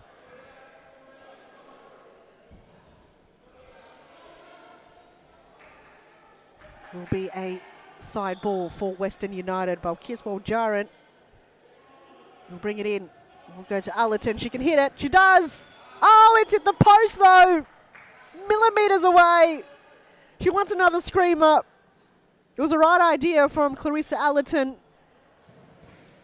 And a force field in front of goal for Fitzroy have denied Clarissa Allerton the first goal for Western United tonight.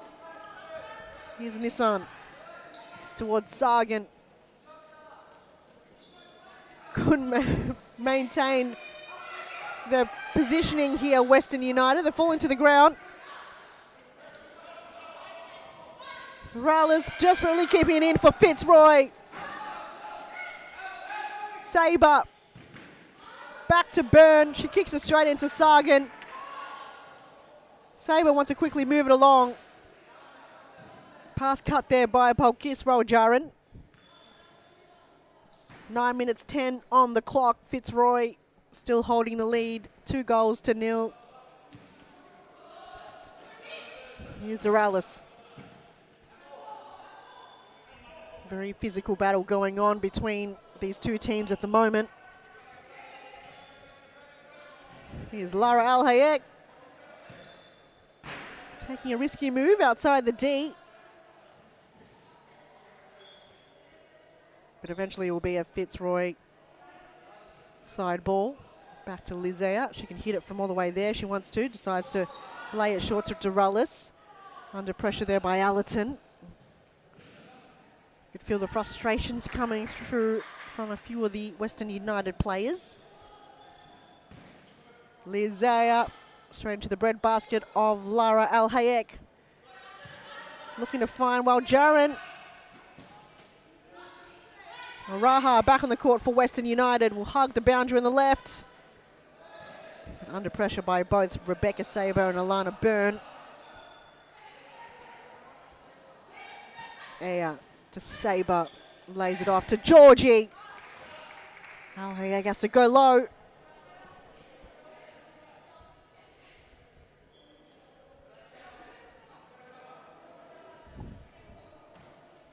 Side ball, looking for the back post option. Fitzroy is able to get themselves back into the season. What a turnaround from a lot of these teams that were not looking great coming into the first couple of rounds of the season. And Amanda Raha executed that so well. She kind of just hesitated a little bit, but finally went, you know what, we'll get one back.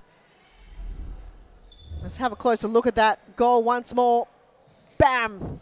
In the near post. Too quick, too fast for Lizea to get to. She did try the split save, but may have just been a millisecond too late to stop Amanda Oraha from getting her first goal of this evening. Just under 7 minutes remaining. Just going back to the conversation earlier.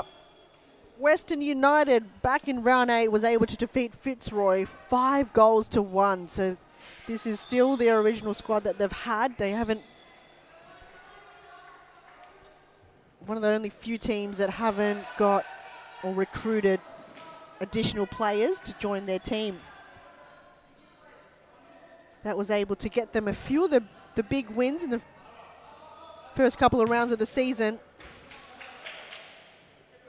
And then it was a matter of time where other teams was able to recruit players coming off, finishing their outdoor season.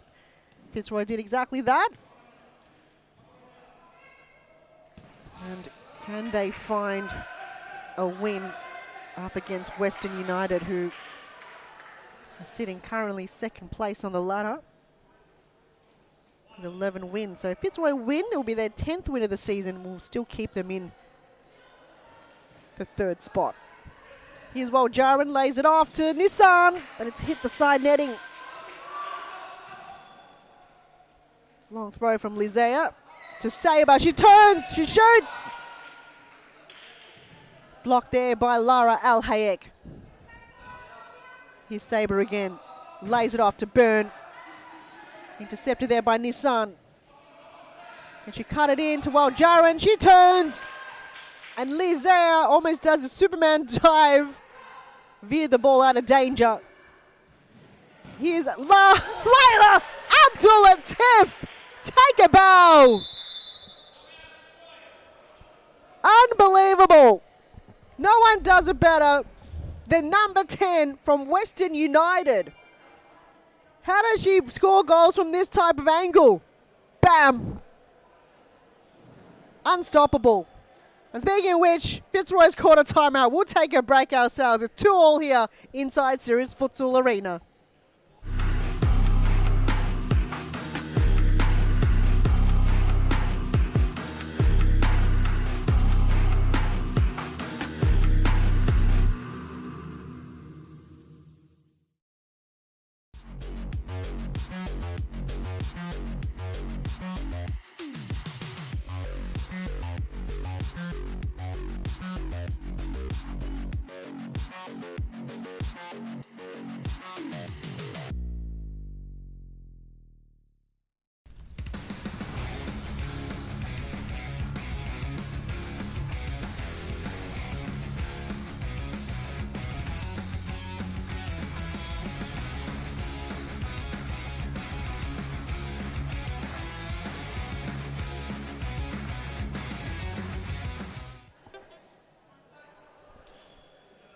Two all.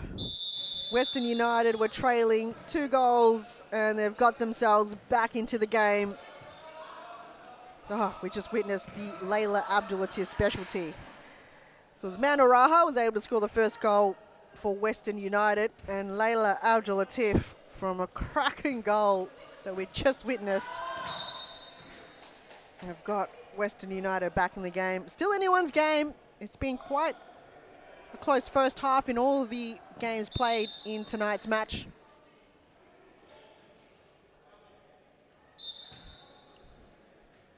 We'll see. Normally in the second half is when we see a team really unlock, but Melbourne Evolution was almost close as Jaron hits the post. Evolution scoring a late third goal to only make it a 1-goal difference, but it was a little bit too late for them to make the comeback.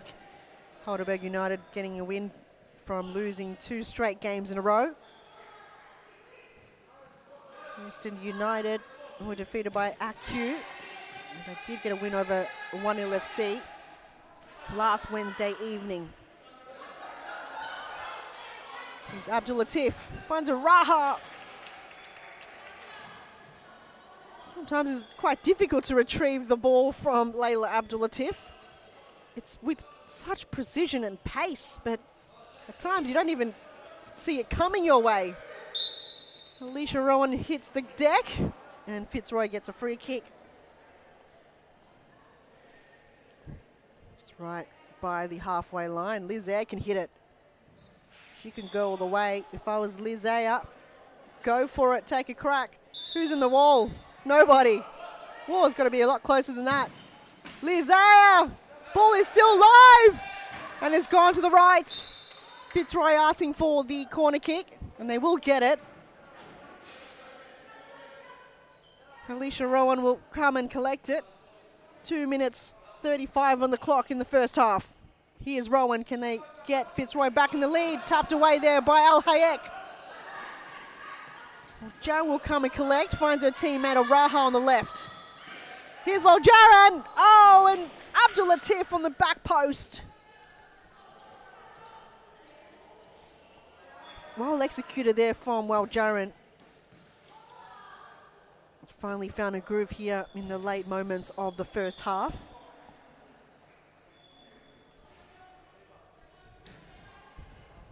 Raha plays it back to Al Hayek and Allerton. Under pressure there by Duralis. She falls to the ground. Play on, says a referee. Lizaire will quickly go towards Duralis. Rowan. Too much mustard behind the ball. A lot of players falling to the ground here. A lot of close contact. It's already a physical battle. I'm sure they'll up the intensity in the second half. Here's a Raha. Under pressure there by Rowan. Rowan to Duralis. To Georgie. Toe pokes it. We did see Alicia Rowan do a similar thing earlier. Steal the ball off her opponent and score a goal. So she's just going to continue to apply that pressure. That high press. Draw in the mistake. She did exactly that. The pressure is immense from Alicia Rowan. Oh, well, Jarwin gives it away to Duralis. She might punish them. Ball is still live and it's veered outside the left side of the goal. Fitzroy applying that forward pressure. They want to be in the lead coming into the halftime break. But Abdul Latif might change it around for Western United. Can they be in the lead for the first time? Here's Rowan, tries to keep it in. Eventually will be a side ball for Western United. Last passage of play here in the first half. Fitzroy ball, 14 seconds to go. Here's Duralis. Lays it off to Georgie, it's hit the post. And that's it for the first half. What a close encounter. Good effort coming from Western United, able to get themselves back in equal terms. We'll take a break in the final half of round 17 coming right after this. Don't go anywhere.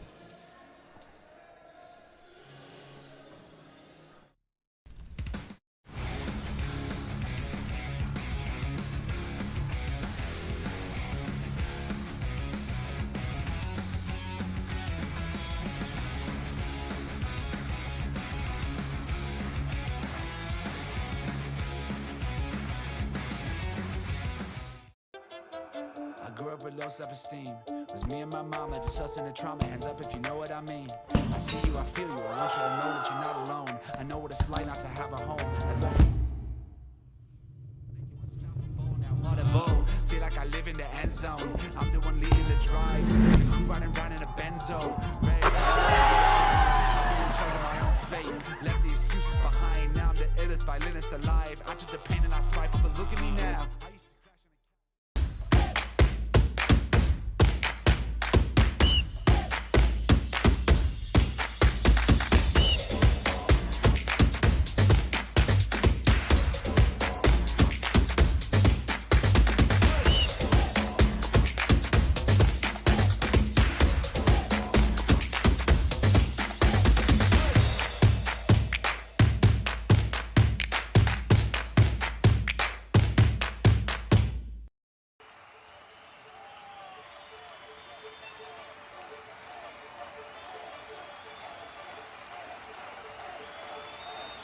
A good futsal player has to be intelligent.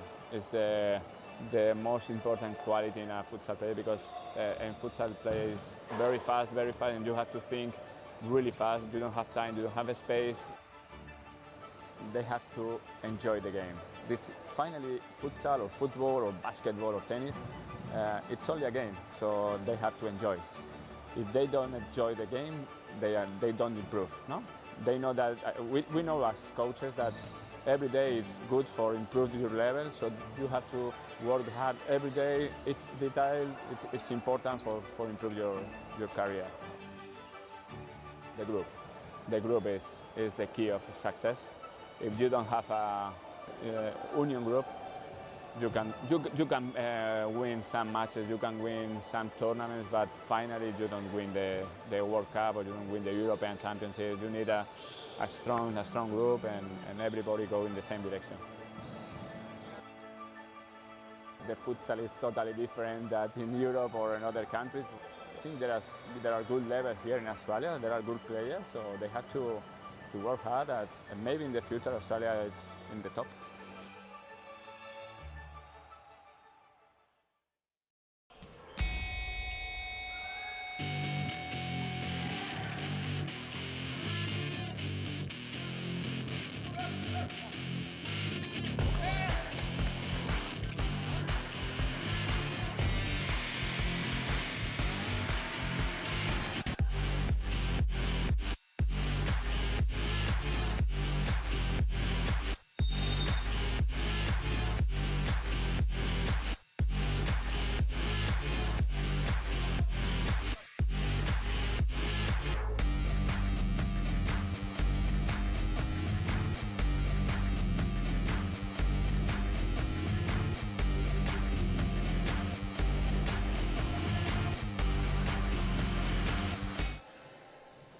The final half of round 17 just about underway here as Alicia Rowan will kick things off here for Fitzroy. They were leading by 2 goals at one point. First goal by Alicia Rowan. Sabre might want to be in the lead again for Fitzroy. Straight off the half-time break, and Fitzroy are back in the lead. Terrific goal from Beck Sabre, scoring her first tonight. Just found a sweet spot on the right side of the goal.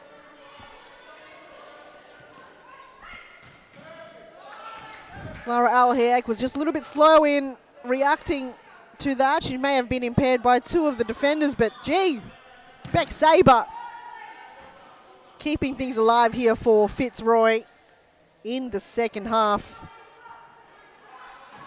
They were leading by 2 goals, and now they've got themselves back in the lead. Credit to Western United to dig deep and find a way through. Amanda Raha scoring the first for Western United, and Layla Abdul-Latif was able to find the equaliser. Plenty of futsal time to go. Can Western United respond? They're looking a lot more sharp in those 2 goals that they scored. But the pressure coming from Fitzroy. Here's Raquel Doralis. Draws in the corner kick for Fitzroy. Here's Sabre again to Georgie. Forcing a lot of power behind the ball, but it's gone over the crossbar. Here's Abdul-Latif to Allerton.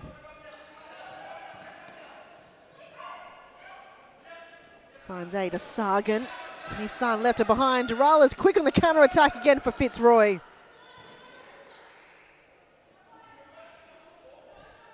The moment she has a ball, you could feel Clarissa Allerton is on the move to make sure she brings in the shepherd and the physicality and the tagging towards Raquel Doralis. Sargan almost left her behind. Rowan, time and time again in this game, she's able to read the play and draw in a mistake. And when or if Western United makes a mistake, she's right there waiting to collect the ball from an opponent, and she's done that. And the first goal was able just to bring in the mistake. Here's Allerton. It's hit the post. And Stella Nissan kicked it straight into Lizea. She was able to gobble the ball while she was still on the ground. That post have received quite a lot of action this evening from both teams. But second post from Clarissa Allerton. Millimetres away, we saw in the first half.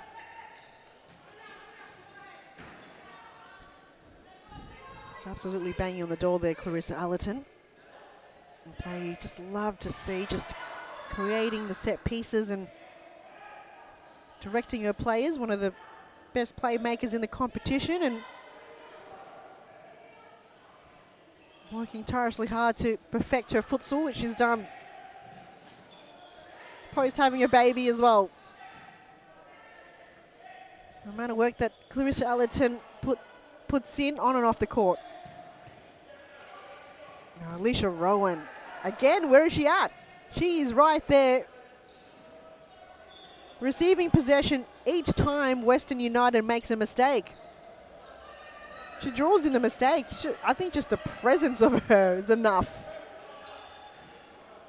Just intimidates her opponent as Alana Byrne makes her way back on the court for Fitzroy. Dharma Georgie takes a break.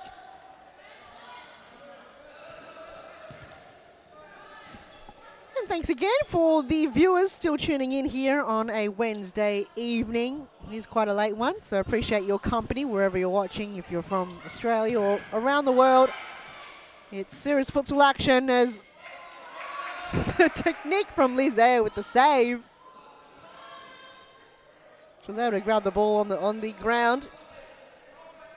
One of 3 games that's been played in the past week. We did see Sunday evening with round 16 action. So that was only 3 days ago, so not a lot of rest in between games. But because there's too many rounds and not enough weeks to be played in, so 3 of the rounds will be played on a Sunday evening. The next one will be on the 10th of November. And that will be round 20 action.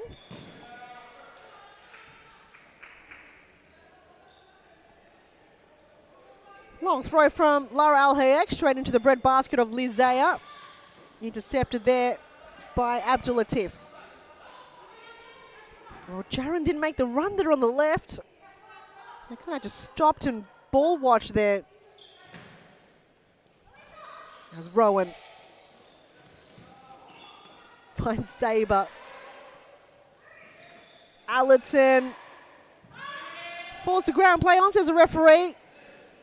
Duralis gets dispossessed there by Allerton to Jaron. Surrounded by Fitzroy jumpers, eventually will keep possession here for Western United. They'll build up the play. Abdul Latif. Oh, Byrne. Twist and turn. But it's still Western United ball. Rowan gives it away to Allerton. Here's Sargent. Always under immense pressure. And I think Beck Sabre wasn't able to keep it in for Fitzroy. 16.5 minutes to go, and Fitzroy are still in the lead thanks to the goal scored in the first 20 seconds of the half by Beck Sabre. Here she is again. Passes it short to Duralis. Will lay it back to Lizea. And the intended target there towards Alicia Rowan. Didn't reach her.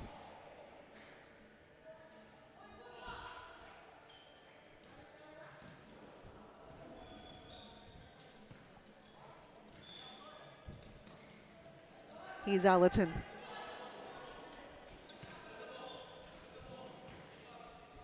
Western United will try to keep up with the possession as much as possible. Oh, Jaron to Araha. Oh, Byrne stole the ball off again, lays it off to Duralis.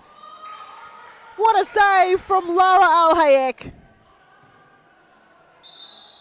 How quickly does Raquel Duralis runs down the court is insane. 1 minute she's playing defensively, and the next she's running towards the goal from a counter-attack. It's like she reads it. She knows it before it even happens. She can read the future there, Raquel Duralis. Insane read of play. Just so hard to beat players like that, where she just makes the move before you even know what to do. Lizea to Sabre. She'll turn, she'll shoot. Saved there by Lara Hayek. But guess who's there in the back post? Alana Byrne. And Fitzroy are up 2 goals again. A timeout's being called. We'll take a break. And the final moments of this half coming right after this.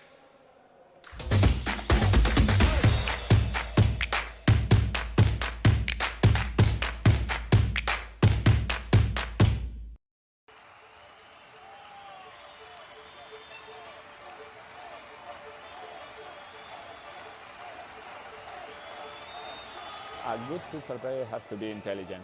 It's the most important quality in a futsal player because in futsal play is very fast, and you have to think really fast. You don't have time, you don't have a space. They have to enjoy the game. This finally futsal or football or basketball or tennis, it's only a game, so they have to enjoy. If they don't enjoy the game, they don't improve. No, they know that we know as coaches that every day is good for improving your level, so you have to work hard every day. It's detail, it's important for improve your career. The group is the key of success. If you don't have a union group, you can win some matches, you can win some tournaments, but finally you don't win the World Cup or you don't win the European Championship. You need a strong group and everybody go in the same direction. 14 minutes to go in the game. Fitzroy once again leading by 2 goals.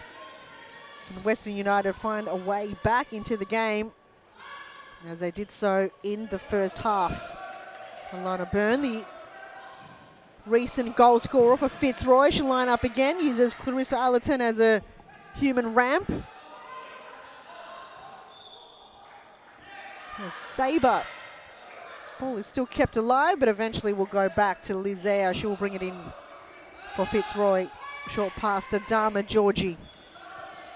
Goes to a left to Raquel Durales. Will find Beck Sabre centrally. And kicked away there by Lara Al-Hayek. She took Beck Sabre with her. A lot of bodies on the ground here in today's game. No one is safe. Lizea towards Durales. And cleared away there by Amanda Oraha. What a game, what a round. Every game has just been very close encounters. It's only in the second half where one team have really gotten away with it, except for the last game where Evolution almost came back within a goal. Quite a nail-biter game against Heidelberg United. But the first game kept it very even in the first half. Eastern FC against Northern Phoenix. Eastern was able to find a way through in the second half and win their 3rd game of the season. Melbourne IQ and Preston in the second game, though. That was very close in the first half. It was very even until Melbourne IQ started scoring. I mean, 5-1 wasn't that even, but Preston was able to find a way back. Here's Durales up against Allerton. And Malkiers have to find a way through, finds a Raha. And Lara Al-Hayek will try to reset things here. 12 minutes to go in this game. Fitzroy, if they get the next goal, it could be game on, but plenty of futsal time to go for a comeback if Western United could find a way back.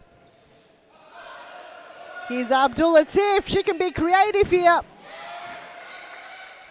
Lizea stood her ground, made herself look big. Here's Allerton. Gobbled easily there by Lizea. She'll try to find Raquel Durales, but intercepted there by Clarissa Allerton.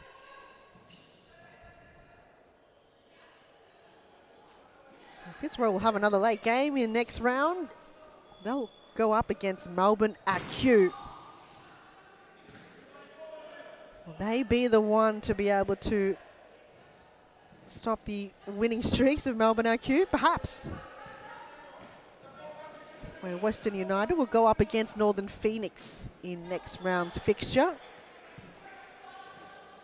After that, Fitzroy will verse Northern Phoenix and Western United will go up against Carlton Hart. So interesting games ahead for both of these teams.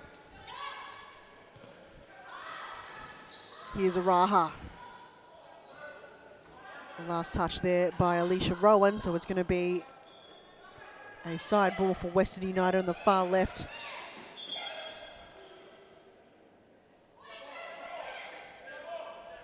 Whistle being blown, so they might take the side ball again. Abdul Latif will lay it off to Araha. And a save there by Lizea. They'll reset it on the other end of the court. Dorales intercepted the pass. She'll go all the way towards Byrne. Right idea. Quick release from Al Hayek to Araha. Well, Jaron left it behind.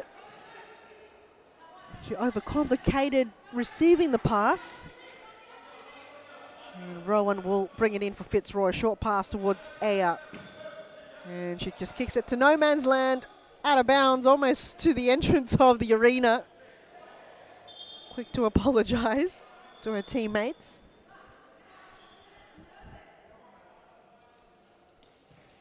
Araha to Allerton. Dorales. Oh, she won the ball again. Centrally to Dharma Georgie. The forward pressure is immense from Fitzroy. And time again, they're able to win the ball from their opponent and execute a goal from it. 5-2 with 9 minutes remaining in the game. That could be the sealer for Fitzroy. Just able to capitalise on them, on their opportunities. Let's see that again.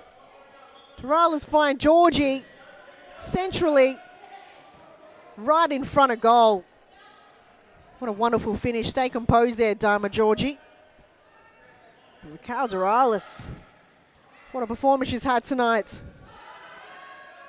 Here she is again. She finds her way through, but blocked there by Lara Al Hayek. Amanda Raha will come off. On comes Voljaran. 8:15 to go in this game, the final half of round 17.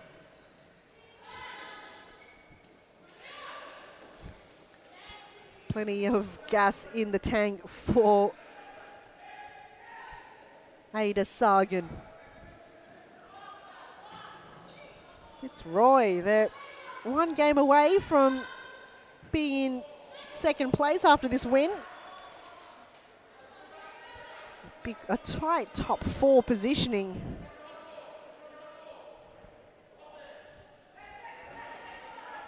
Preston wasn't able to get the win from Melbourne RQ, so they will sit tied on 4th place. And after this, if Fitzroy can maintain the lead for another 7 minutes, they'll hold on to 3rd place.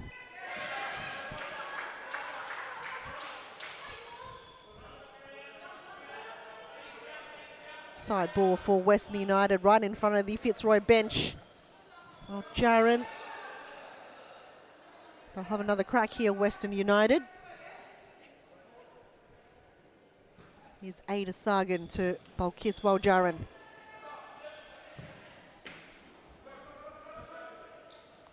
Collected there by Lizea in goals. Good hands. Nissan. Sagan.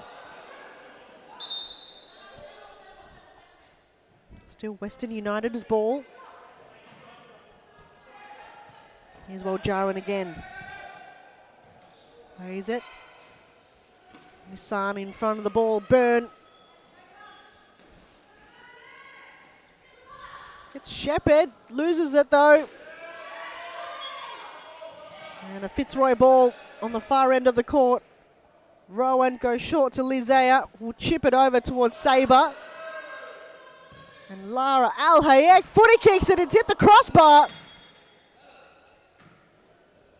Wow, if only that would have gone in, would have been the second goalkeeper goal of the round. We saw Amelia Kibel from Melbourne Evolution score one. And Lizea want to be the second goalkeeper to score tonight. Here's Sagan. Under pressure by 2 Fitzroy jumpers. And eventually a throw in from Lizea. 5 minutes and a half to go. Fitzroy, 5 goals to Western United 2.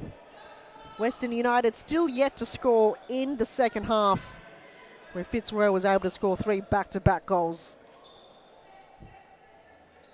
A few of the fans still lurking around here on a Wednesday evening. A few Western United fans, a lot of family members and friends cheering on the squad.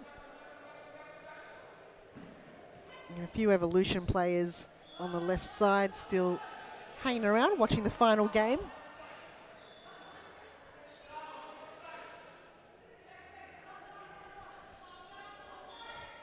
Here's Georgie.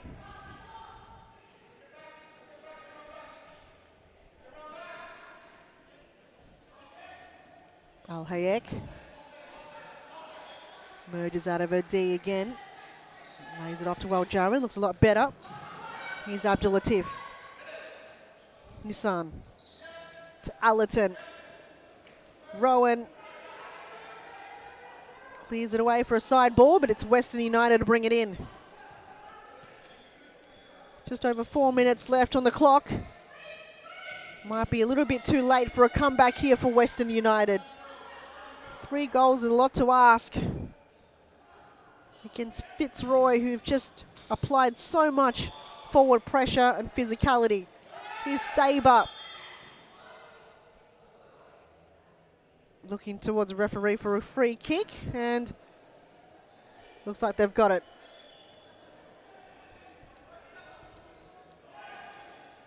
Tama Georgie might lay it off to her left towards Beck Sabre. She's having a little bit of chat there with Alana Byrne. Byrne takes it! It's veered its way into the goal, and Alana Byrne gets her second. 6 goals to 2 for Fitzroy. That's game, set, match. The power behind this. Look how she lines up. It's just touched the keeper and it's gone in the near post. There's absolutely nothing stopping that ball from making its way into the goal. So much power behind it.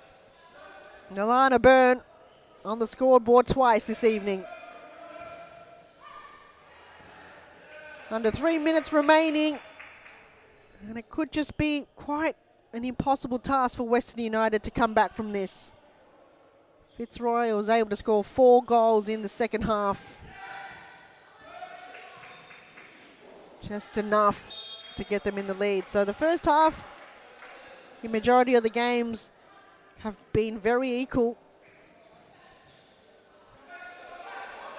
Just the second half is when things can turn it around. Araha hits the side netting.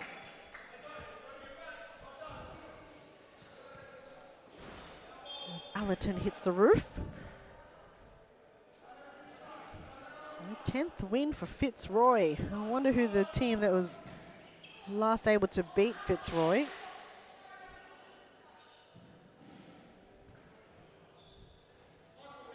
I think it was Preston in round 13.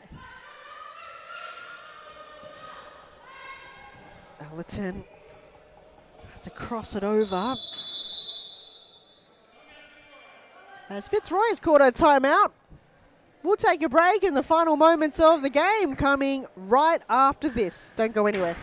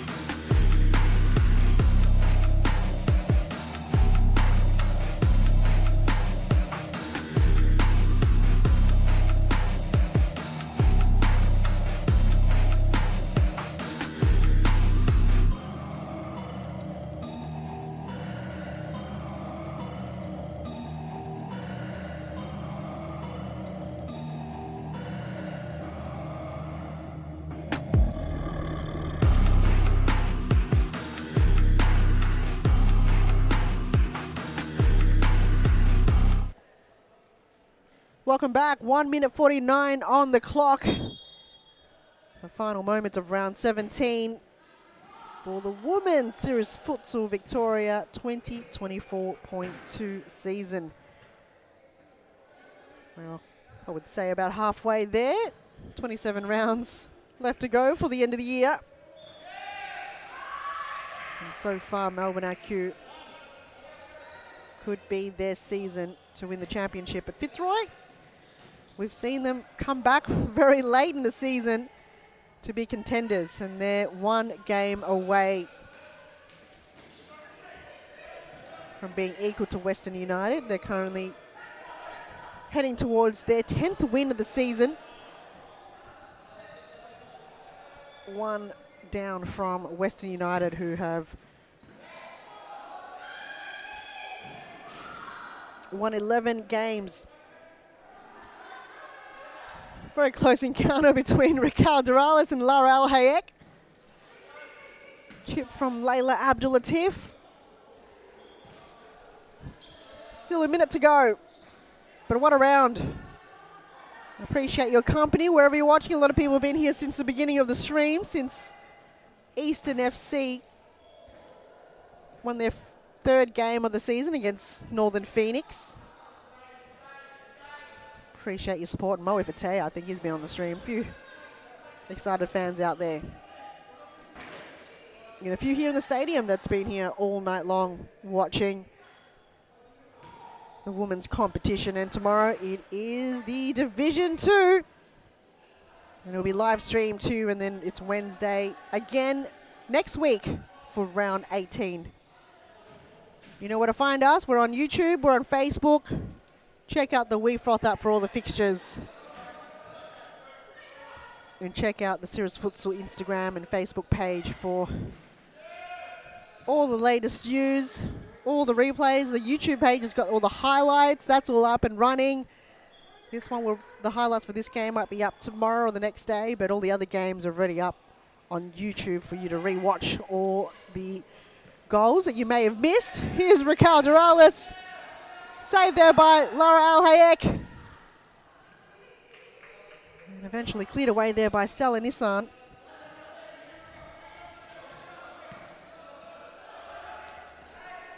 .25 seconds to go. And Sagan just cleared that out. Long throw from Lizea.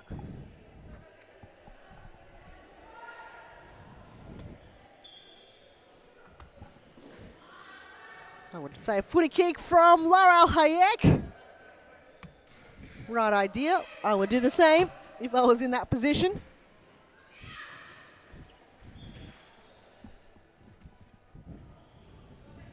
And Fitzroy have able to get in such prime locations and positions for goal scoring opportunities. And Alicia Rowan, how good has she been tonight? Same as Raquel Durales, Beck Saber, every single player. Dama Georgie.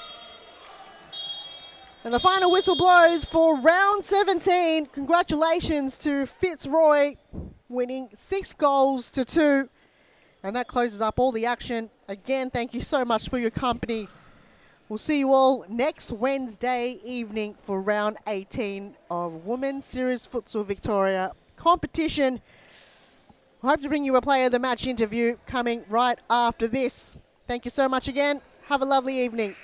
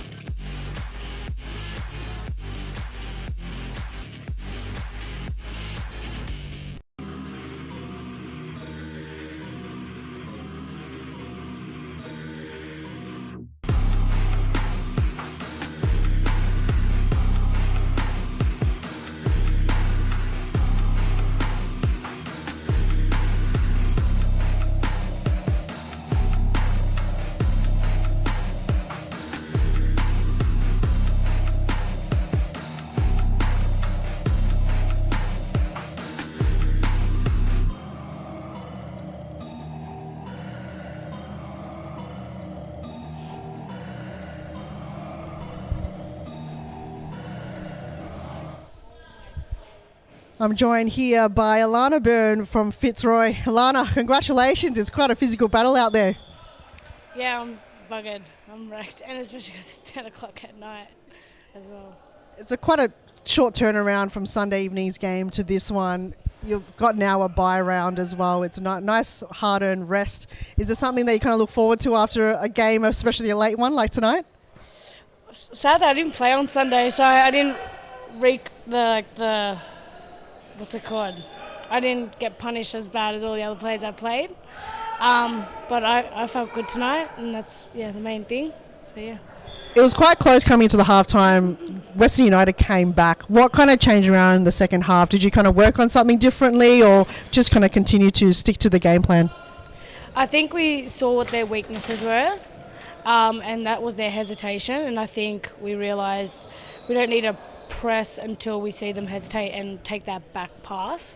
So in that moment, we counted on them, and I think you could see that we scored 4 more goals on them, and came out with the win.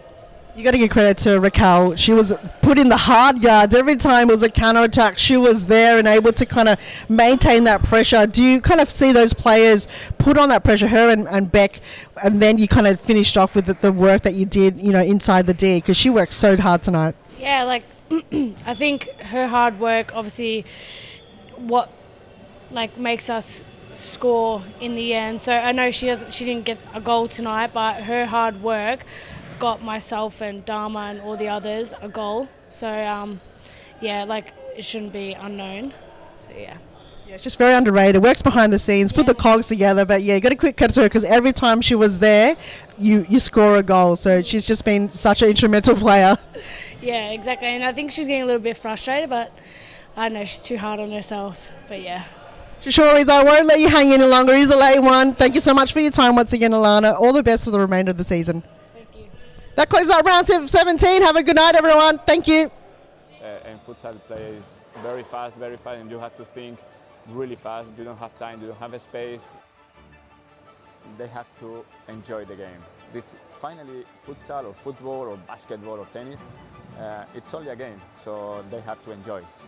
If they don't enjoy the game, they don't improve. No, they know that we know as coaches that every day is good for improving your level. So you have to work hard every day. It's detail. It's important for improve your career. The group is the key of success.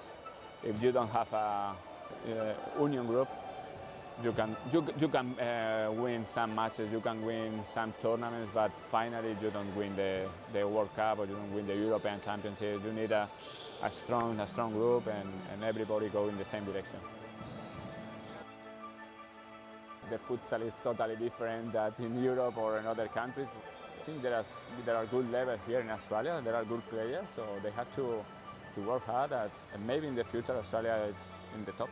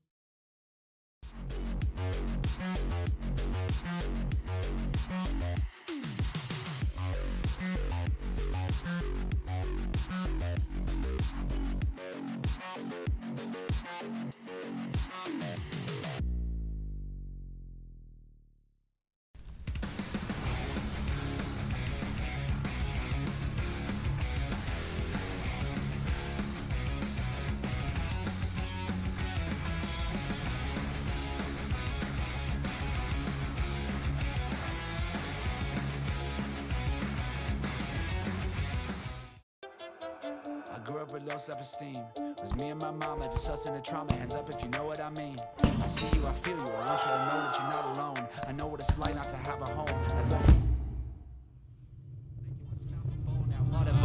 Feel like I live in the end zone. I'm the one leading the drives. The crew riding round in a Benzo. Right? I'll be in charge of my own fate.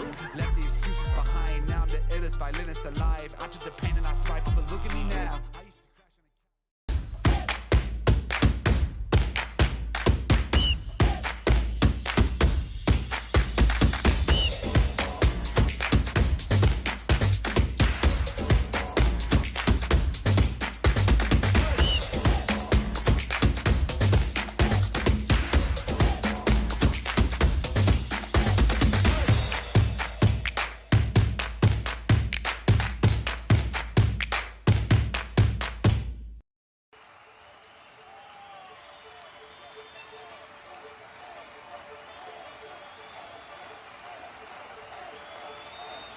A good futsal player has to be intelligent. It's the most important quality in a futsal player because in futsal play is very fast, and you have to think really fast. You don't have time, you don't have a space. They have to enjoy the game. This finally futsal or